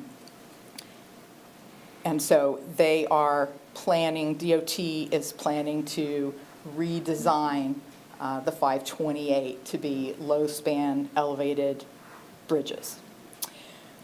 This is a presentation that was before this committee in May of 2022 by Ming-Sheng Zhang at Harbor Branch. And so his modeling had a row of dots of different colors sort of going across the Banana River there, south of 528. And then this black spirogyra thing up there in the upper right corner, that's the wind, right? And so he used actual wind directions and wind speeds to see how those little packets of water would move. And so what you see here is that you have these very strong currents that obviously occur in the open spans of 520 and 528 now. And those currents bisect two water packets between those two causeways that just do this eddy thing around and around on, two different sides. And the water that gets through to the North Banana, north of 528, that's a separate piece. And so it makes sense that this is not just limiting the exchange of water, but it's also affecting wildlife and larval transport and, all sorts of other ecological functions in the lagoon. So this is from a draft report that we're working on with Applied Ecology right now from all the satellite mapping that they've been doing for 2 years and analysis back through 2016. And so the left panel is bloom intensity. So how severe is the bloom, with purple being more severe and the aqua being less severe. Then the center panel is bloom duration, so how long did those blooms last? And then the right-hand panel, bloom severity, is a multiplier of bloom intensity times duration to give an index for severity. And so you see in all three panels, regardless of how you evaluate blooms, it's the water adjacent to that causeway that is most prone to bloom intensity and bloom duration.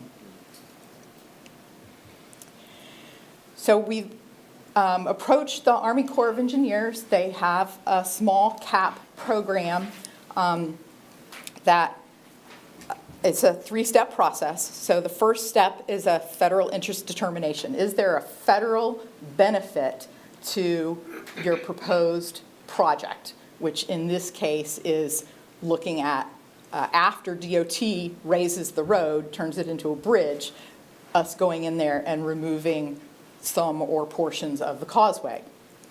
So the federal interest determination is 100% federally funded. That's happened, and it was positive. So then the next step is the feasibility study. And the feasibility study, the federal interest determination report is in your packet.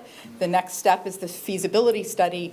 That requires local skin in the game. So 50% federal funding after the first 100,000 is depleted. So some of that first 100,000 of federal funds went to completing the federal interest determination. Some of that balance is available to go towards the feasibility study, but they are predicting that the additional cost to complete a feasibility study would be $700,000, so the county would need to come up with $350,000. If they find a feasible project, then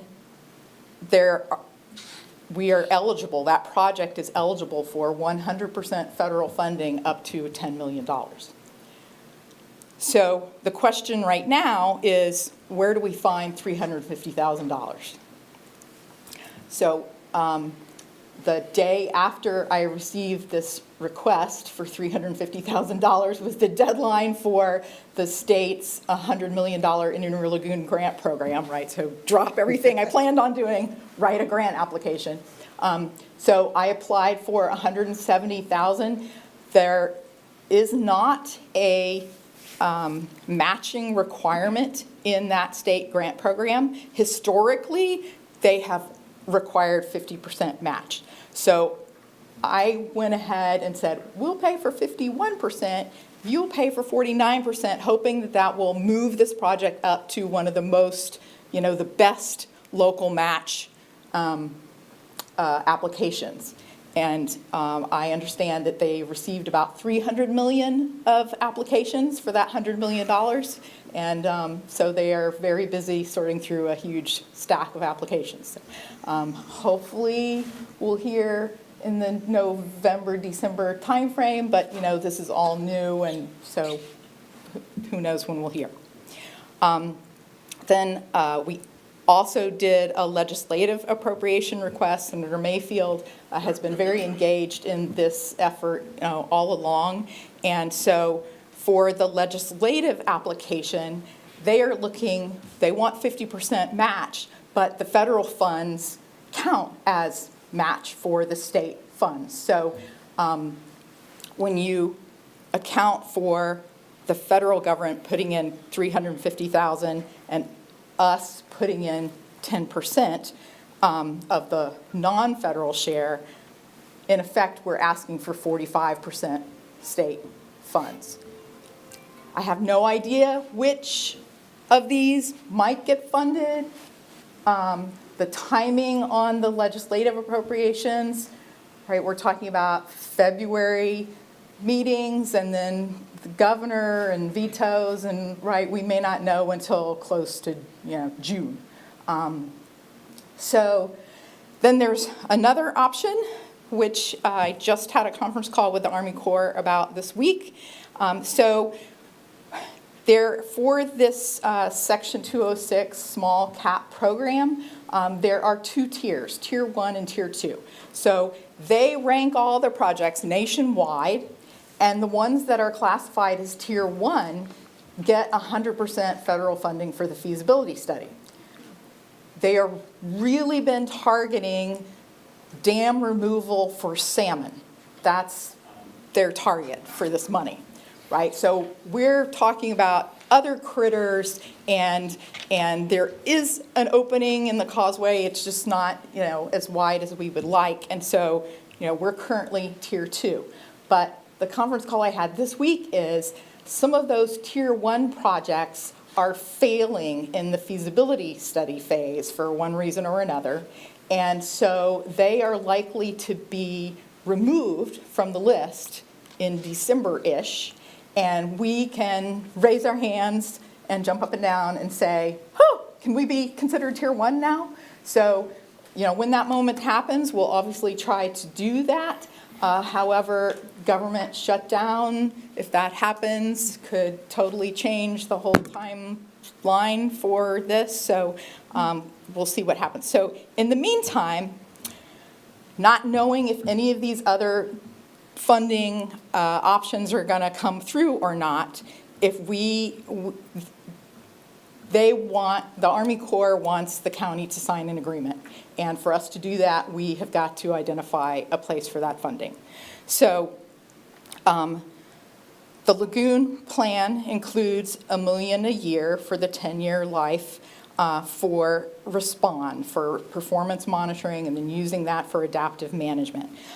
Of that, we have spent about $3.4 million in the first 6.5 years. We are monitoring. Some projects are monitored pre and then post. Some of them are not monitored until after you've done it. You're comparing this location where there was a project to somewhere else where there wasn't a project. And so it's not surprising that with 81 out of 383 projects done, right, we have not spent 6.5 years worth of money in the first 6.5 years of the. Nonetheless, there's $6.6 million still in that pot from which we could fund this. I included what the plan says about the purpose of those Respond funds to measure the success, nutrient removal efficiency, cost effectiveness of projects included in this plan and in future updates of this plan. Measuring effectiveness is important for reporting progress towards total load reduction targets and for refining project designs to be more effective with each iteration. The monitoring data will be used to determine which projects are providing the most benefit in the most cost-effective manner so that the plan can be updated as needed. The data will be used to ensure the lagoon is responding as anticipated to the reductions made so that the changes to the plan can be implemented if the lagoon is not responding as expected. So part of why the feasibility study costs $700,000 is they are going to do some extensive modeling of, how they expect the water quality to change and the wildlife to change and the seagrass to respond. And so I think that whether this goes forward or not, the science that they do as a part of this feasibility study will help us evaluate how our projects are doing and how the lagoon should respond to what we are doing. So that's kind of the potential nexus to using Swirl Respond funds. But since it's not, exactly what we normally do with Respond funds, I really wanted to seek the input of the committee and see what you think. I'm totally in support of this. I think that this is an incredibly important feasibility study to be able to have the possibility of opening up that causeway. It's something that we've talked about. It's something that we are absolutely in favor of. And I think even though it might be a little bit of a different venue than what we have typically used the funds for, I'm totally in support of that. And I don't know if it's appropriate to move that at this point, but I would move that we use some of those SORL funds that are in the Respond category to fund this project. Okay, so I'll accept the motion and see if there's a second and then Second. open it back up. Okay, so I have a motion and a second, so I'll open it back up for continued comment. Yeah, I was going to second it, or the motion, but I think two things. First off, I think the number, if we've only spent 3.5 over the 6 years, there's definitely room there. And as we approach the 10 years of this project, there may be other pockets of money in places that we had put it. 8 years ago when we tried to predict the future. So I think this is a great example of how we can take an overall look at the project plan and make sure we're continuing to drive forward on all cylinders. The second thing I was going to say, and I love the fact that the Army Corps, you said it was a tier 1. The salmon thing has been something everybody's known about for a while, right? So Army Corps said, well, let's shift to see if we can address this problem. I think landed bridges is something that they may start realizing, hey, this is also a practice we did that is a problem as well. And so when they do these feasibility studies or larger studies, I'd love to see them incorporate this into that, because I think I think it helps with everywhere that they've built the land and bridges. It just makes sense to say, are we going to improve things by removing it? So I'm just for this for those reasons. Charlie? Yeah, and I concur with what Steph and Vinny said. It goes back to what we've been talking about, doing things a little bit differently, looking not just at septic to sewer, but something very significant. And I believe Dr. Zarello's study demonstrated the additive effects of doing the 2 causeways. So there's benefits to doing one, and it's a multiplier to do the second one too. So there's a lot of benefits. So, yes. Okay, and I just have one question, Virginia. So I agree, it looks like there's a lot of money in this, but you acknowledged in your statement that this isn't a linear spend because of when the projects are coming online. So I assume by bringing this forward, you are comfortable that even though we're going to have a significant ramp up in monitoring as more projects get done toward the latter years, that you still feel that there's adequate funds there even if we allocate this? Right, so with 6.6 million remaining, there's a lot of maneuverability, right? Okay. We don't monitor everything. We monitor a subset of each project type to try to make sure that each type is performing the way that we expect it to. So there's maneuverability there. Also, with the last year's legislation, there was a push for more lagoon monitoring. And that state-funded monitoring plan is still under development, but that may help collect some information that we would otherwise be spending Save Our Lagoon funds. But even in the absence of all of that, you expect to be able to meet the obligations of Yes. monitoring even after you've allocated these funds? Yes. Okay, thank you. Don? And are you going to keep the other requests in play? And so it would be refunded if we got some other source of funding? Correct. And, yes, we will continue to pursue all of those different funding avenues. Sometimes grants only cover expenditures after the date of execution or after the date of award or whatever. The state has usually been pretty good about accepting everything back to the date that those dollars were approved in their budget, which would have been July of this year. So if it's state funding, I would expect anything that we spend to be eligible for reimbursement. Yes. Okay, Bobby? Yeah. So if we put the money up front first and are still applying, what do you think might be the likelihood or the chance that that might give us an edge in getting those additional funding grants? Would that help it possibly? I know there's no guarantee, but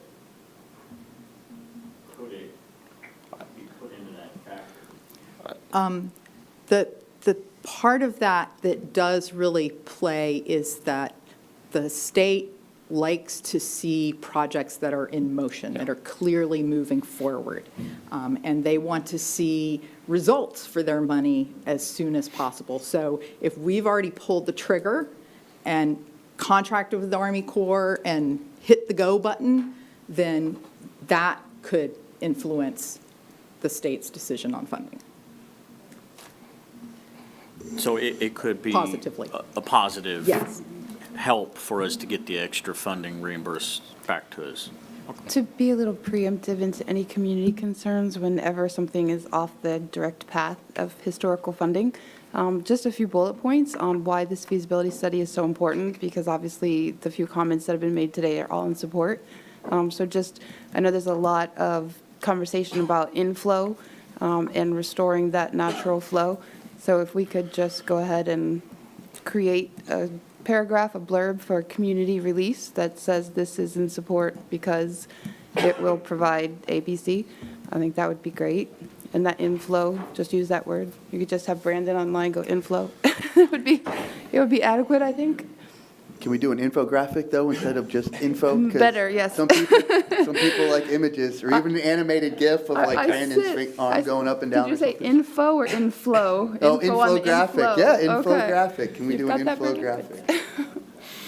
Okay, any additional comments before I move this to a vote? Yeah, so I agree with that. That was my other thing, what Kimberly was just saying. I'd say we should be preemptive to be prepared that if citizen residents hear this, then they might want to they want to hear something as to why. And it's, most of the complaints I've heard before and after on the committee is they thought there would be a lot more physical work being done with the lagoon. Not understanding that there was a lot of scientific background gathering, and you got to have the hard database to start doing that stuff. So this could be a good positive if we put the information out there right, that it could be very encouraging for the continuation of this program. Like, and if, again, access, if we could also say, because you're going to get a lot of people concerned that they're going to lose that side of the road access. What are we going to do to counter that? Or that's, so my, again, coming over or not coming over, but having to turn off at the Pineda this morning because it was so backed up. I mean, to me, I think that could be, one, it's a shame with the railroad, they didn't work that all in together. Because I'd like to see in the long term there, starting from the railroad overpass all the way over, because you could incorporate that area underneath, what would become underneath the bridge as a functionable park. And it would actually make it more accessible for residents to get to that part of the lagoon than it is currently. So I just think that's in the long term, think about this and broadcasting it that way. Okay, thank you. And before I move it to a vote, I'll open it up if there's any, since this is a vote, I'll open it up if there's any public comment as well. Seeing. Do you need to put a card in first? Not on this matter.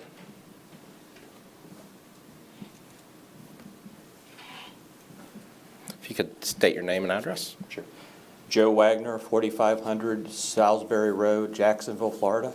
Thank you. As an engineer who's very interested in pursuing the muck dredging contracts, have submitted for the one on South Canaveral. This material would be perfect capping material for that project.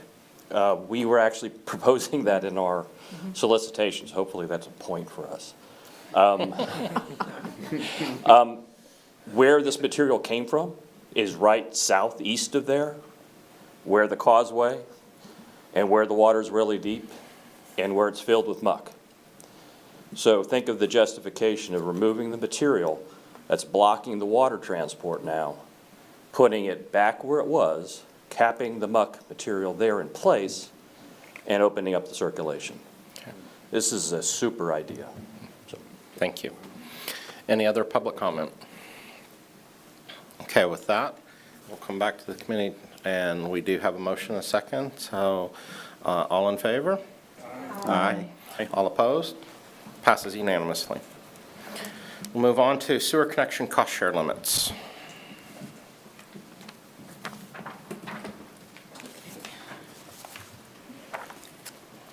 All right, so I apologize for the length of the agenda report on this. It's kind of complicated, but I'll try to walk through step by step. So starting with the current plan language, quick connects to sewer.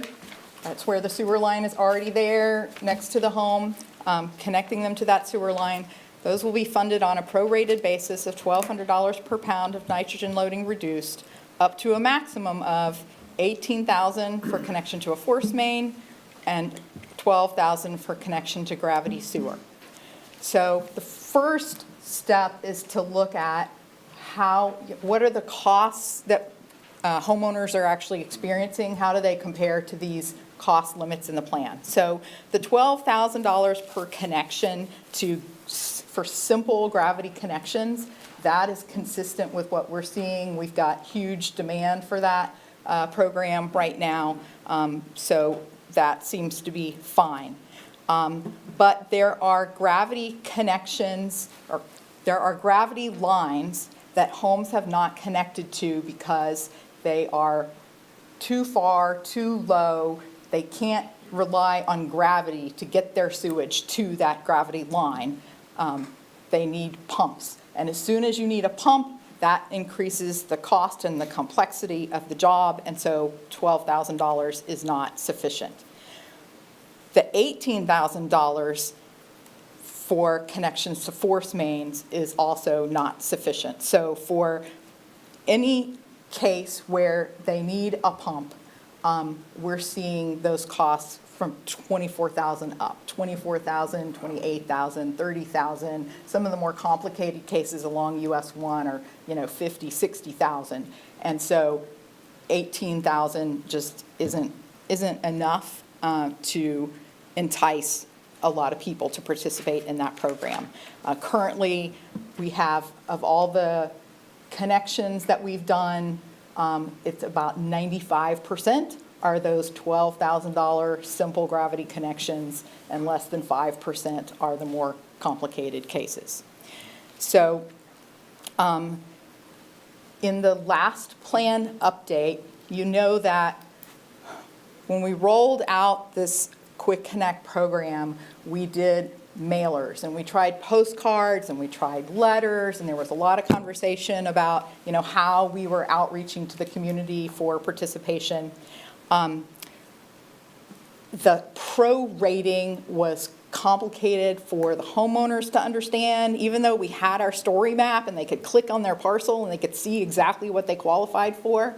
And we worked with the contractors, trying to train them that they could just click on our story map and see what individual homeowners were.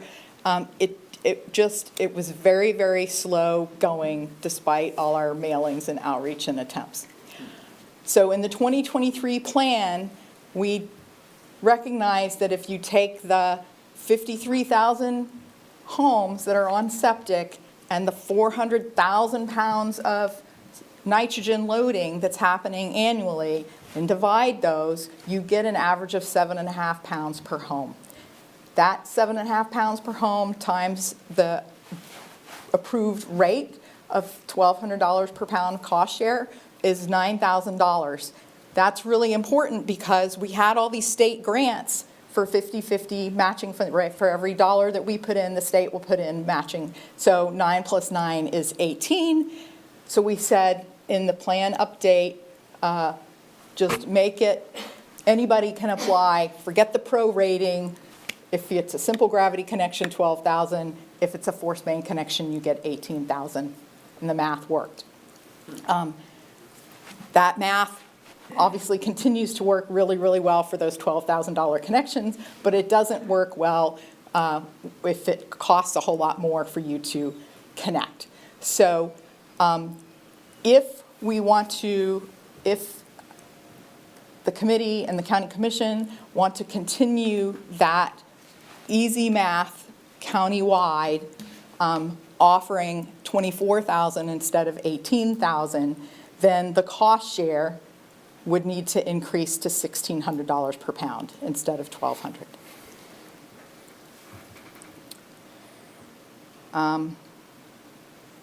I did that math somewhere. I don't know. Yeah.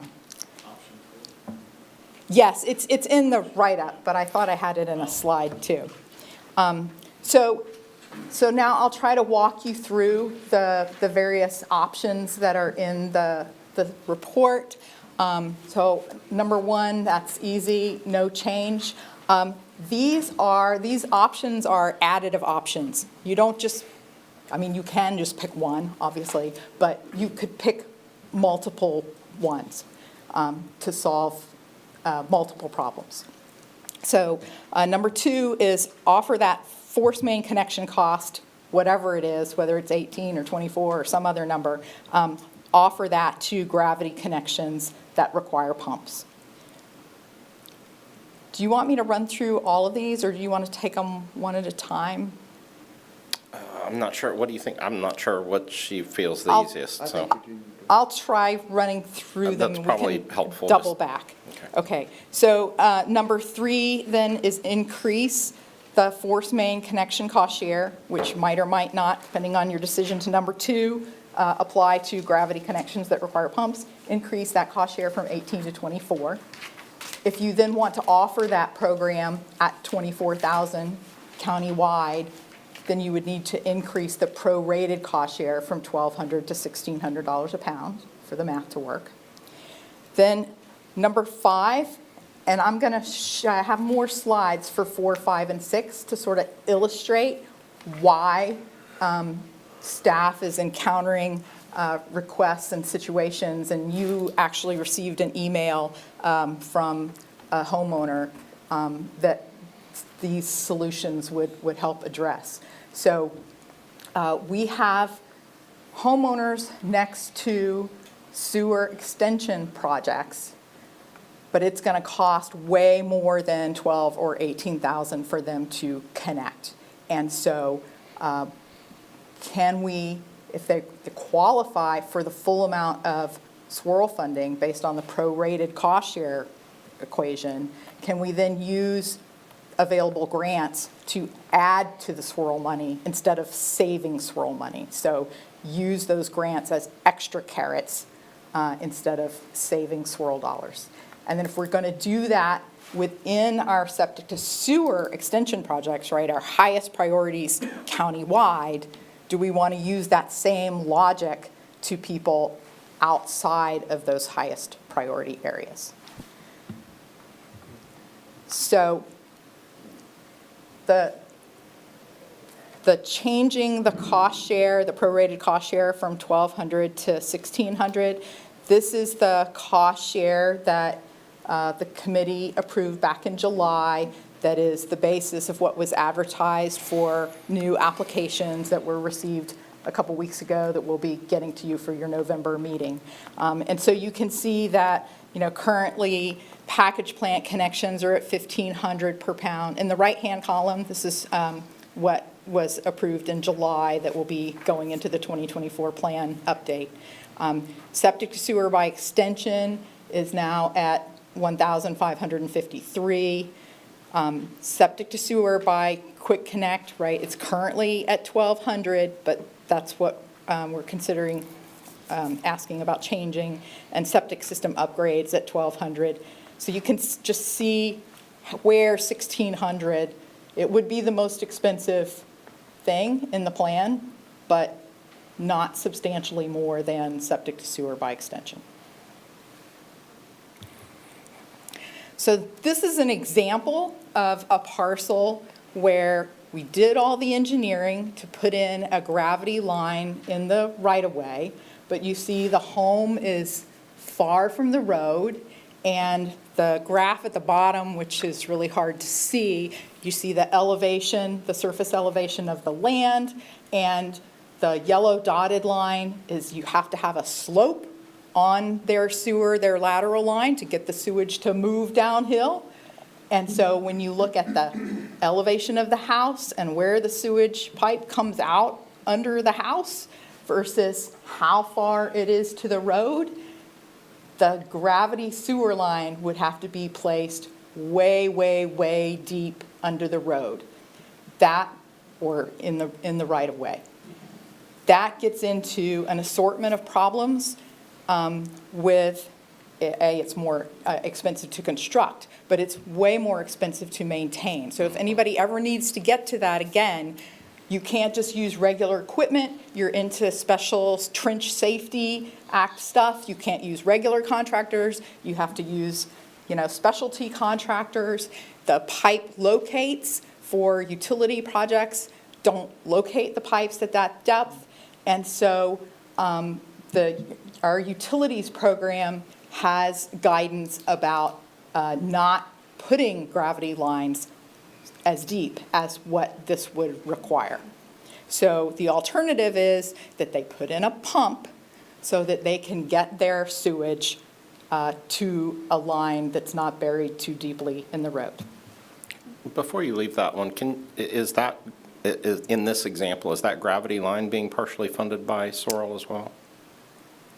Let me do this slide. So this is the project that is funded, is listed as funded in the plan. It was proposed as a gravity project. So the color coding there, the green parcels are the ones that would be able to connect via gravity if we spent $3.6 million to install a gravity line. So out of 42 parcels there are 8 that we would be able to connect with gravity. Oh, sorry, there's 8 in the sort of cluster there in the middle. There's 2 at the right end and 2 in the left half.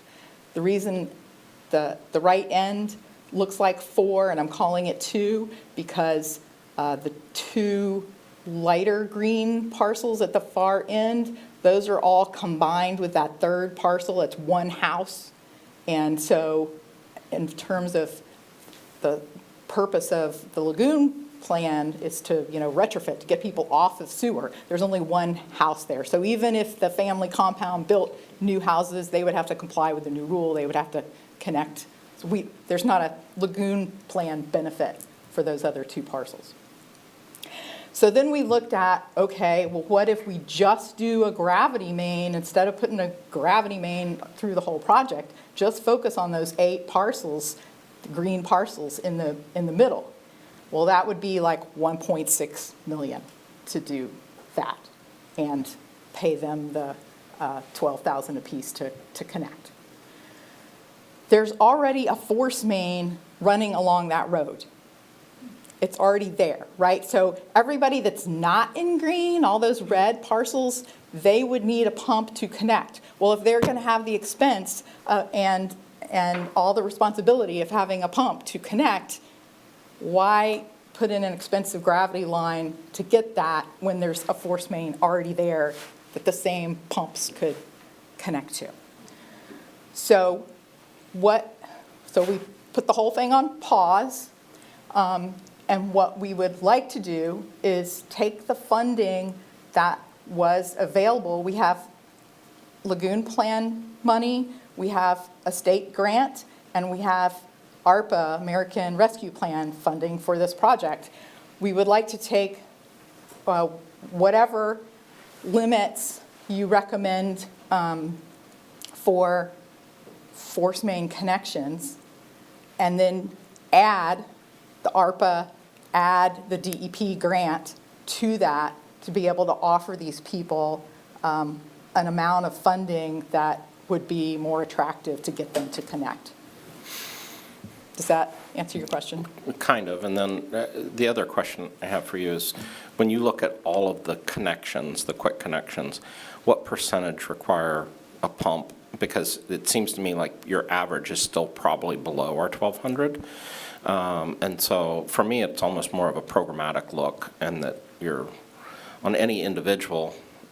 To me, it's just we've come up with these numbers which make sense for big projects, but then to apply them to individual homeowners and say you're good, you're not good, doesn't make as much sense. So for me, I don't even know if the number personally would need to change as much as your methodology to look at that as long as programmatically you're achieving that average, it seems like we're in good shape.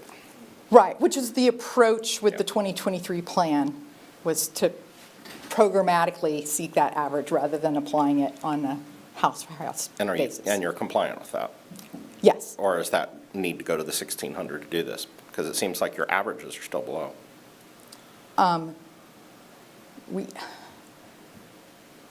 I don't know that we could be compliant with the 1,200 if we're offering people 24,000 instead of 18. Okay.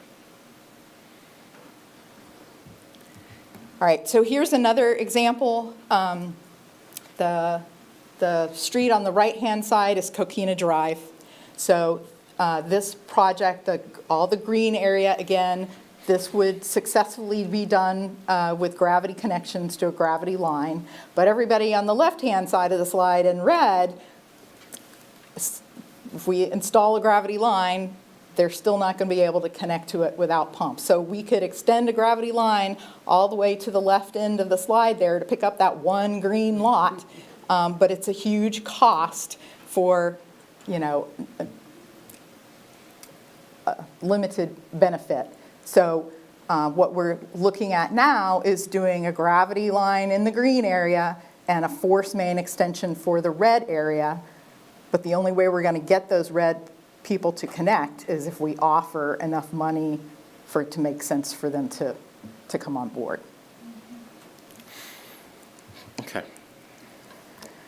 Stephanie, I think, has a question.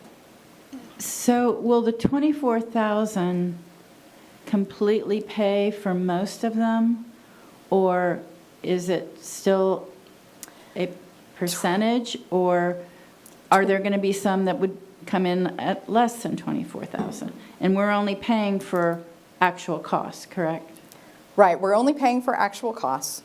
The folks next to gravity lines would still be at 12,000. So we're just talking about, we're talking about connections to force main or the relatively rare connections to gravity that are With a pump. with a pump. Sorry, I just lost track. What was your question again? Will 24,000 in most cases Yes. pay for 100%? Okay. Right. No, the 24,000 will pay for the simplest force main connections or gravity that just requires a little pump without a whole lot of engineering and extra wherewithal. These deeper parcels, they're running 30, 40, 50, 60,000. So that's why if the plan language is changed so that those caps of whatever you pick, 12,000, 18,000, 24,000, we have been applying those the way the language is written. That's the maximum that the homeowner can get via reimbursement. But if instead we say that's the maximum the homeowner can get of Save Our Lagoon funds, but those Save Our Lagoon funds can be used to leverage other grants that would increase how much the homeowners are eligible for, that should be able to get us to where we can fund, reimburse the majority of costs. Go ahead. Kurt? Yeah, to piggyback on what you're saying, so that everybody understands, when we first came up with the tax, and this was all part of the discussion, we, the county commission, we wanted to take the discretion out of the property owner's hands, because we thought that if somebody has to pay $6,000, another person has to pay $8,000, another person has to pay $2,000. Some people have $2,000, some people don't have $8,000, and vice versa. So we didn't want to have a hodgepodge of some people complied by getting the system and some people didn't comply. We just decided if we're going to clean up the lagoon, we're going to clean up the lagoon.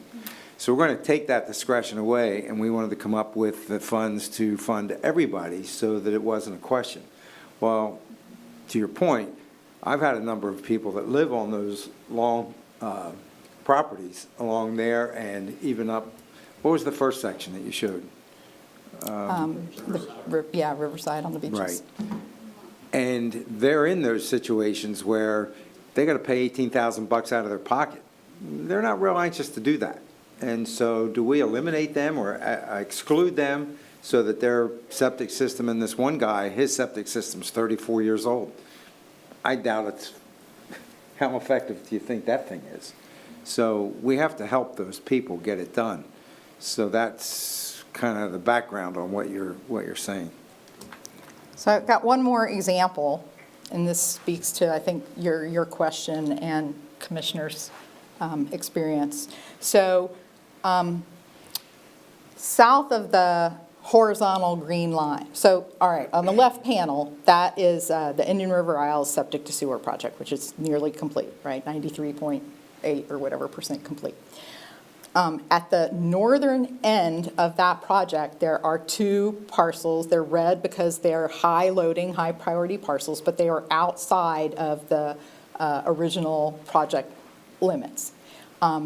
The owner that's circled there in yellow, he contacted our office and wanted to connect. Fantastic. Let's see if we can include you in the project. Unfortunately, his situation is, and this is the email in your that you received, he does not have ownership of land to get to where the sewer line is. So he would need an easement or something from his neighbor to the south and from the Indian River Isles HOA in order to connect.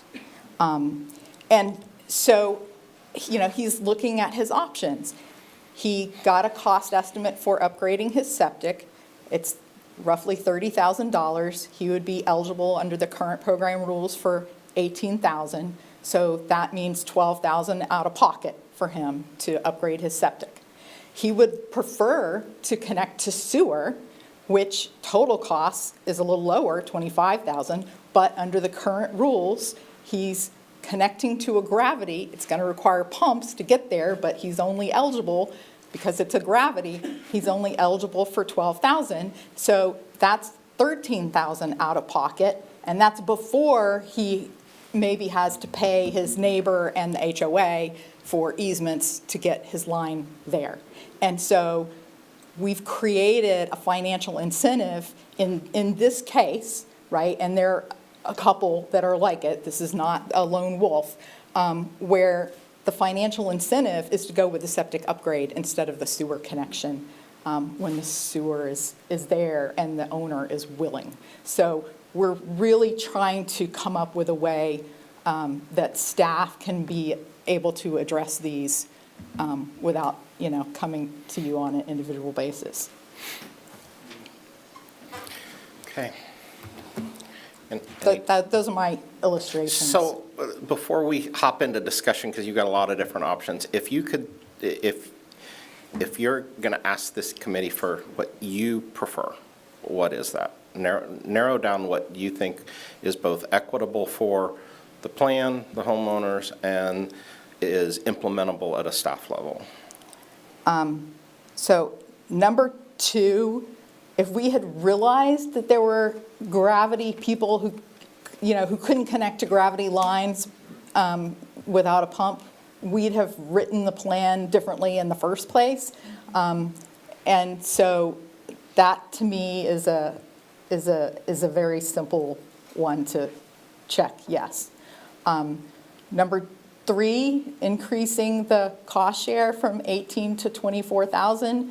I mean, that's just the reality of what these things cost, the minimum of what these cost. So if the thought is that you want to get people to connect and use the funding as an incentive to make that happen, then that is a good one to do. And to clarify on that one, based on the mix, you're probably still coming close to your average.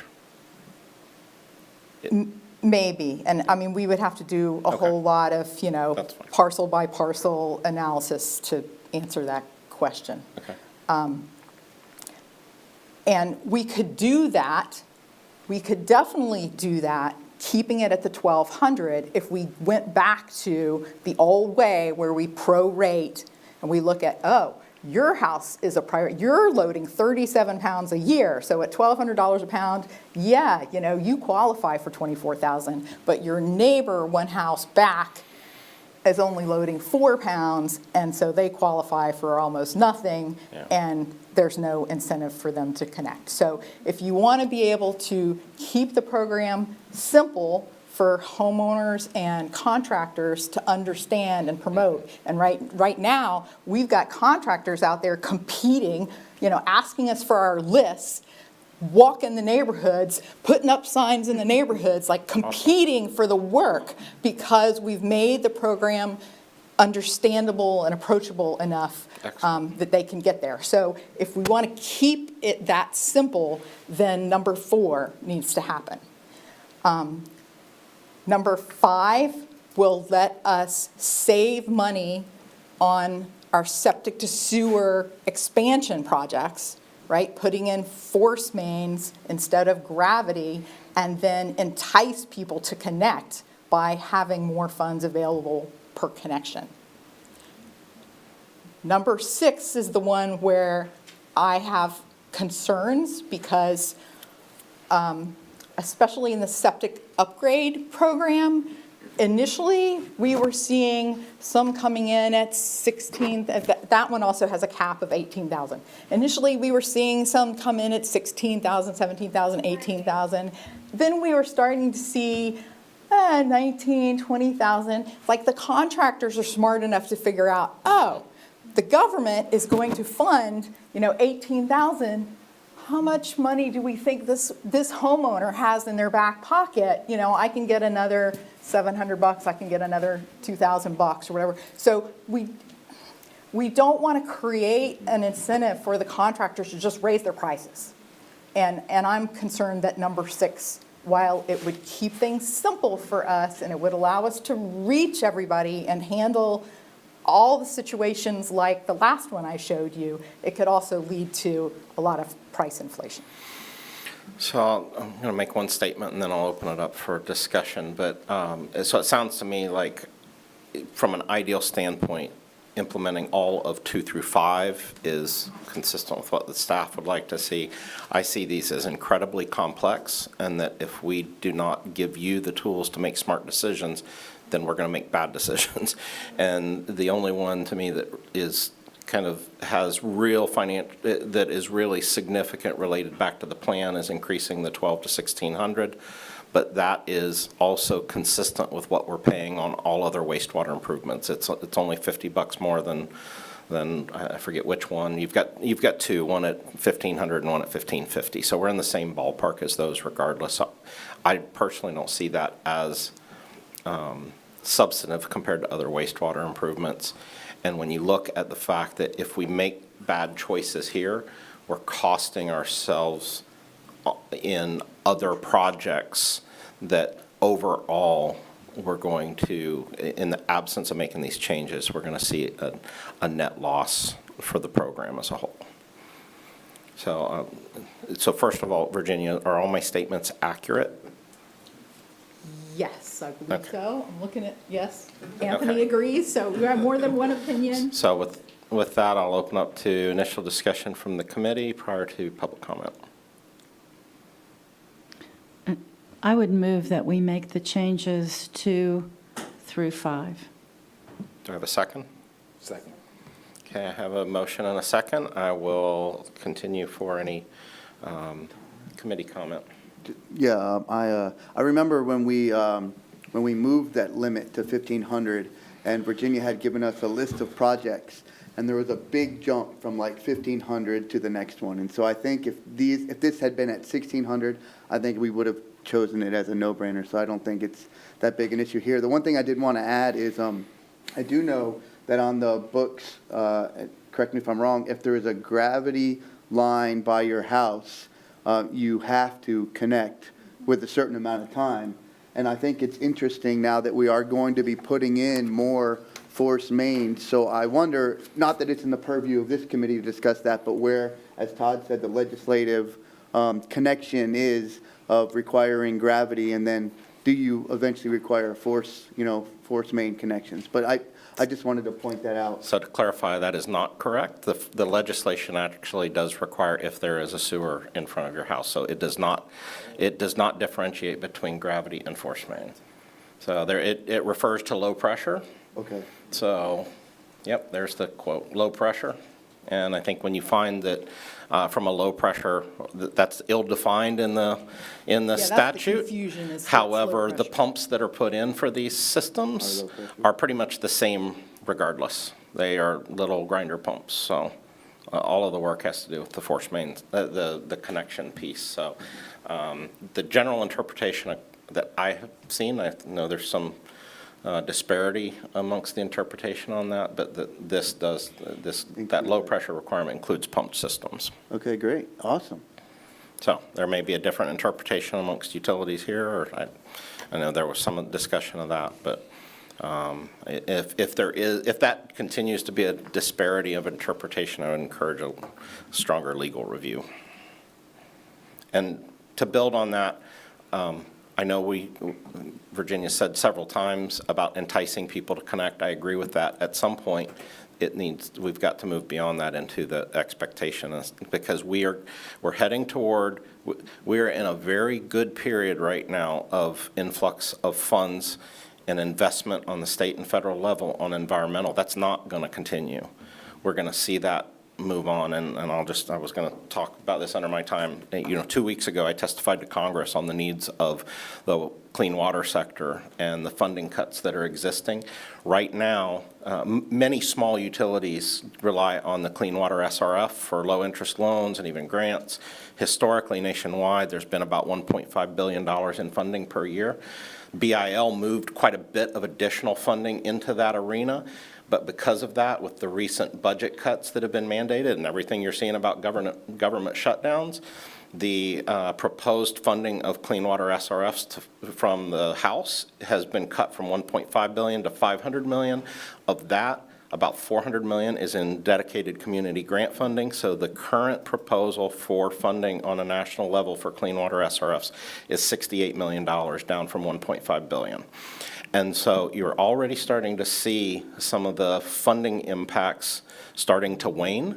We're still on the verge of, we very well could see recession. You can see how we're in a weird place in Florida because we've got so much growth influence, but we also have a lot of ties to the interest rates and housing market. So I'm not convinced we're not going to see some real declines, and now's the time to make sure these happen, and we really need to think about what that path forward is, because at some point, is it okay for somebody just to say no?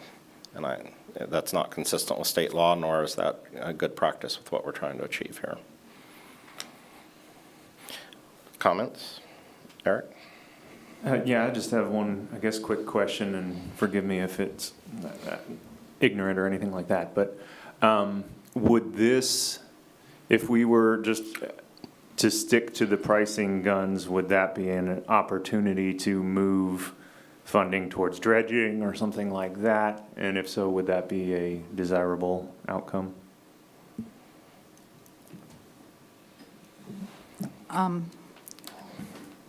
We're not, none of this agenda item is proposing to change the total amount of funds allocated to sewer projects or muck projects or, any other kind of projects. It's adjusting, how much an individual homeowner can be reimbursed. And so it means taking the same amount of dollars and maybe having fewer people participate. But so far, because of the ability to leverage state grants currently, we're getting more people with less money. So I think we'll be able to make up the difference, more than make up the difference. We'll be able to serve the same number of homes that were written in the plan and offer them more money because of the state grant programs. Great. Others? I would just say that another factor to consider is the fact that when we were starting this whole process back in 2016, we were anticipating $30 million roughly gross. And Virginia, what are we getting now? Somewhere close to $50 million out of this thing per year. Is that not correct? I think this year we're at like 63. Right. Yeah. So the program obviously has been a whole lot more successful than we thought in our wildest dreams. So, yeah, we got to fix what we got to fix, and we got the money to do it. Okay, I'm going to go ahead and open up if there's any public comment on this.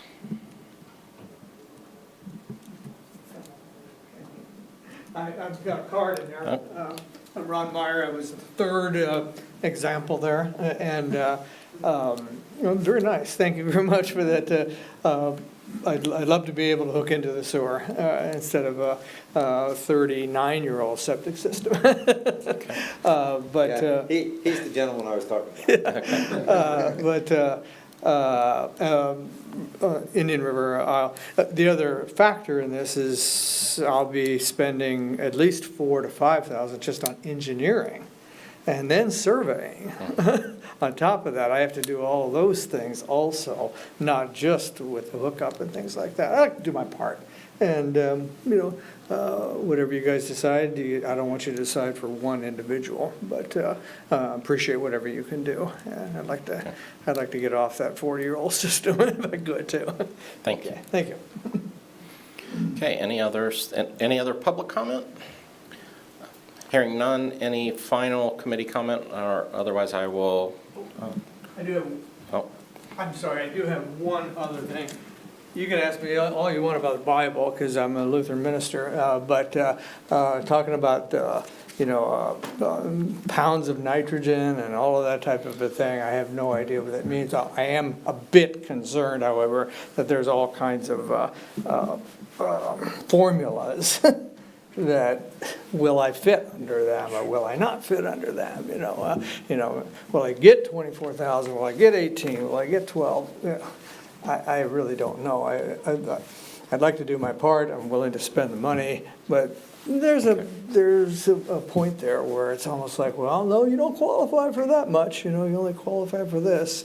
And I would probably say, I don't know where my numbers are, but there is a number. Okay, thank you. Okay. And I think that's a vote for simplicity, so. So with that, we do have a motion and second. We've had both public comment and committee comment. I will take us to a vote. So all in favor of them? Aye. All opposed? Passes unanimously. With that, I will move on to public comment, and I do have a card for Ron Meyer. Anything additional? You'd like to come up and address the committee? Okay. Joe Wagner? You have 3 minutes. Joe Wagner again, 4500 Salisbury Road, Jacksonville, Florida.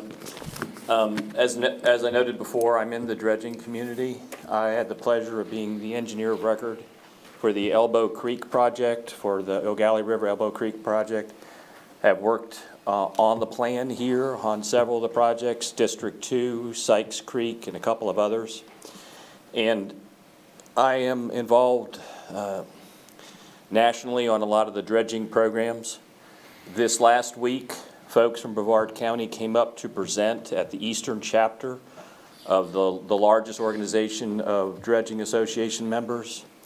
Abigail Gehring, Jean Ann Allen, Beb Sebastian, and Matt Culver. I think it was just chaperoning. He wasn't doing any of the commenting. But I wanted to say that was a very, very powerful presentation, and it is something I think maybe you all don't realize. This is a nationally significant effort on your part to do this restoration. There aren't large sediment removal, water quality projects of this nature out there. And so I'm encouraging staff, I'm even willing to help, to submit. There's a national award for the top environmental project in this category, and it'll be presented in Tampa this year. So it's a great place to be part of that award and to present. And I just kind of wanted to pat folks in the back. Of course, they're all sick today and they're not here today, but let's pat them on the back. This is an awesome staff and they do an awesome job. Thank you. Amen. Thank you.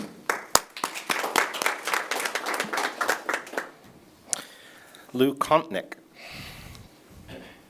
Hi. Great. Lou Kompnick, 3208 Birdsong Court, Melbourne. I'm speaking on behalf of the Brevard Indian River Lagoon Coalition and the Indian River Lagoon Roundtable. And I just wanted to acknowledge the progress that we're all making. Certainly what I've seen today with the payments on the septics and 528 Causeway, steps forward. It's tremendous.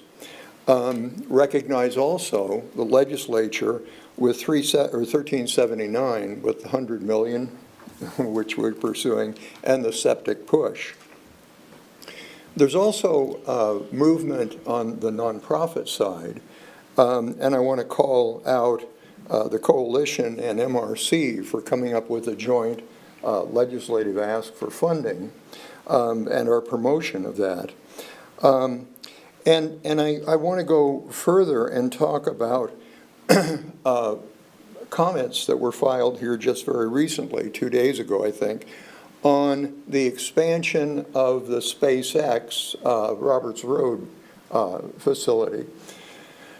The CBV, or the coalition and the roundtable both believe that we need to do more in terms of achieving a balance of information and management with respect to the rocket, the space gold rush that's going on, and the restoration and preservation of the lagoon. I'll be putting up a post here a little bit later today that shows the 8 different groups that commented on that SpaceX expansion. Again, all the groups are for space development, but we need balance. We need balance between this gold rush and our lagoon. Thanks an awful lot. Thank you. Any other public comment? Hearing none, we'll move on to final comments. Any from the committee? Don? Yeah, can we get a presentation on septic tank upgrades and in the context of, the same context of what we just heard about septic to sewer, you know, and the costs of them and what's available out there, whether or not the program's paying enough for those also. Okay. Stephanie? I had a question about number 6 on our list. Is there any way to look at projects individually? And is there some way that we could potentially give you the flexibility to make a decision on an individual project? I don't know how to ask the question exactly, but I don't want to inflate the cost. Right. But I realize that there's some projects out there that the only way that they're going to happen is if there is additional monies.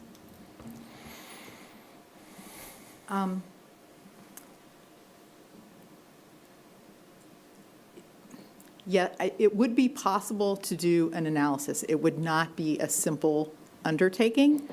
I'm hopeful that the tools, if we, and this will have to go to the county commission, but if all those 2 through 5 are approved, I think that will address the majority of the cases. And I don't know, how often we'll have those rare ones. And you have I know we've talked about this internally, but The rarity of what? the case number 6.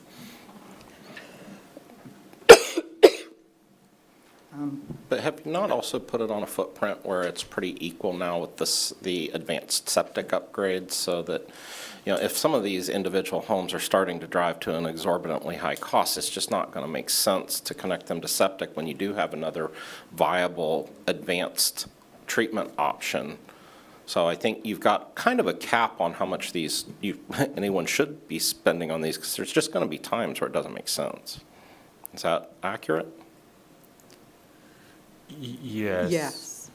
I mean, why would we spend a homeowner's dollars or Lagoon dollars for $60,000 to connect to a centralized system unless they really wanted to do it, and that can still be their choice, but from a public funds standpoint, when there's an approved option that we've been supportive of, which is upgrade to advanced septic, from a public funds standpoint, I couldn't see us dedicating a lot more funds when that viable option exists. Yeah, this should definitely handle the priority sites. So we'll have folks that are not priority sites that we won't be able to connect. But to your point, there are other options, so, and they can contribute. Yeah, so one of the things I've noticed is that where sewer is extremely expensive, it's also extremely expensive to put septic systems in there. You know, along US 1, you know, there's tight lots. We did have a septic engineer present once where, you know, it's going to cost $40,000 to $60,000 sometimes to put septic in there. It's also going to cost them that much to connect to sewer. So either way, they have to figure out the best choice for them. And I would like to remind everyone that in last year's legislative session, there's also mandates for establishing timetables for everybody to upgrade regardless of funding. So, any other committee comments? I do. I want to let everybody know that Terry Castro is watching. He's been watching the whole time. And I have a message that I've transcribed by text here for Sally Scalera from Terry. Terry will yell at me if I don't say all that. Okay. Any others? Bobby? I'd just like to clarify, it was brought to my attention how the last meeting, I said something about speaking to Laura Lee and sharing information. I mean, I think the committee understands, but just for the audience at large, that she is my alternate member, and we are fully free to, contact each other, if not encouraged to. I mean, so the audience knows that your alternates are kind of like your partner. So you're going to go home and talk to your partner. So. And sometimes your partner brews beer, and then you really encourages. And the wine's even better. Yeah. Any others? Okay, I have just one last comment from myself, and that is, I did highlight that funding, so I would encourage both for the county as well as any of you to advocate for maintenance of that clean water SRF funding. That is critical. Even though the BIL funds have come into the state, those are designated for a short time window. It's only 5 years, and we're now going to be entering year 3. So if we see those standing budget cuts, then getting them back is going to be hard. Clean water SRF is a very useful tool for both utilities, but also can be useful for stormwater utilities as well. And then the last one is another piece that continues to move forward is regulation of PFAS and the potential classification of PFAS as a CERCLA chemical. That has significant implications to local governments, and if there is no exemptions for local governments, could represent a huge cost burden on local governments rather than on the original chemical manufacturer. So I encourage the county again to maintain active participation in that CERCLA liability exemption for local governments, because if we end up having to divert funds into something that the primary polluters should have paid for rather than the pass-through entities that governments are, that's a significant negative on our ability to continue to fund the impactful things that are occurring around Brevard right now. So, I'm sorry, we're closed for public comment. Virginia? I was going to ask, can you share information on how to be involved and support that? I can give it to Virginia, which I think Virginia already probably has all of that, but. That'd be great. Yeah, just so transparency, the county has been following that, and we've been working with Congressman Posey and sending comments into the agencies, and working with Congressman Posey to send comments into the agencies, so. And that I think will highlight, I think, every government that I've interacted with and every utility recognizes our part in treatment and playing a part in the role as a treatment entity, but it's that liability exposure which ultimately translates back to the taxpayers that is problematic. Okay, and with that closes my comments, and I appreciate everybody's time, and we are adjourned. The opinions expressed by any member of the public during any period of public comment do not necessarily reflect the views or opinions of the Board of County Commissioners of Brevard County, Florida, Space Coast Government Television, or the program sponsor, and are solely those of the presenter. The Board of County Commissioners of Brevard County, Florida, Space Coast Government Television, and the program sponsor hereby expressly disclaim any and all responsibility or liability for any defamatory or slanderous statements expressed by any member of the public during any such period.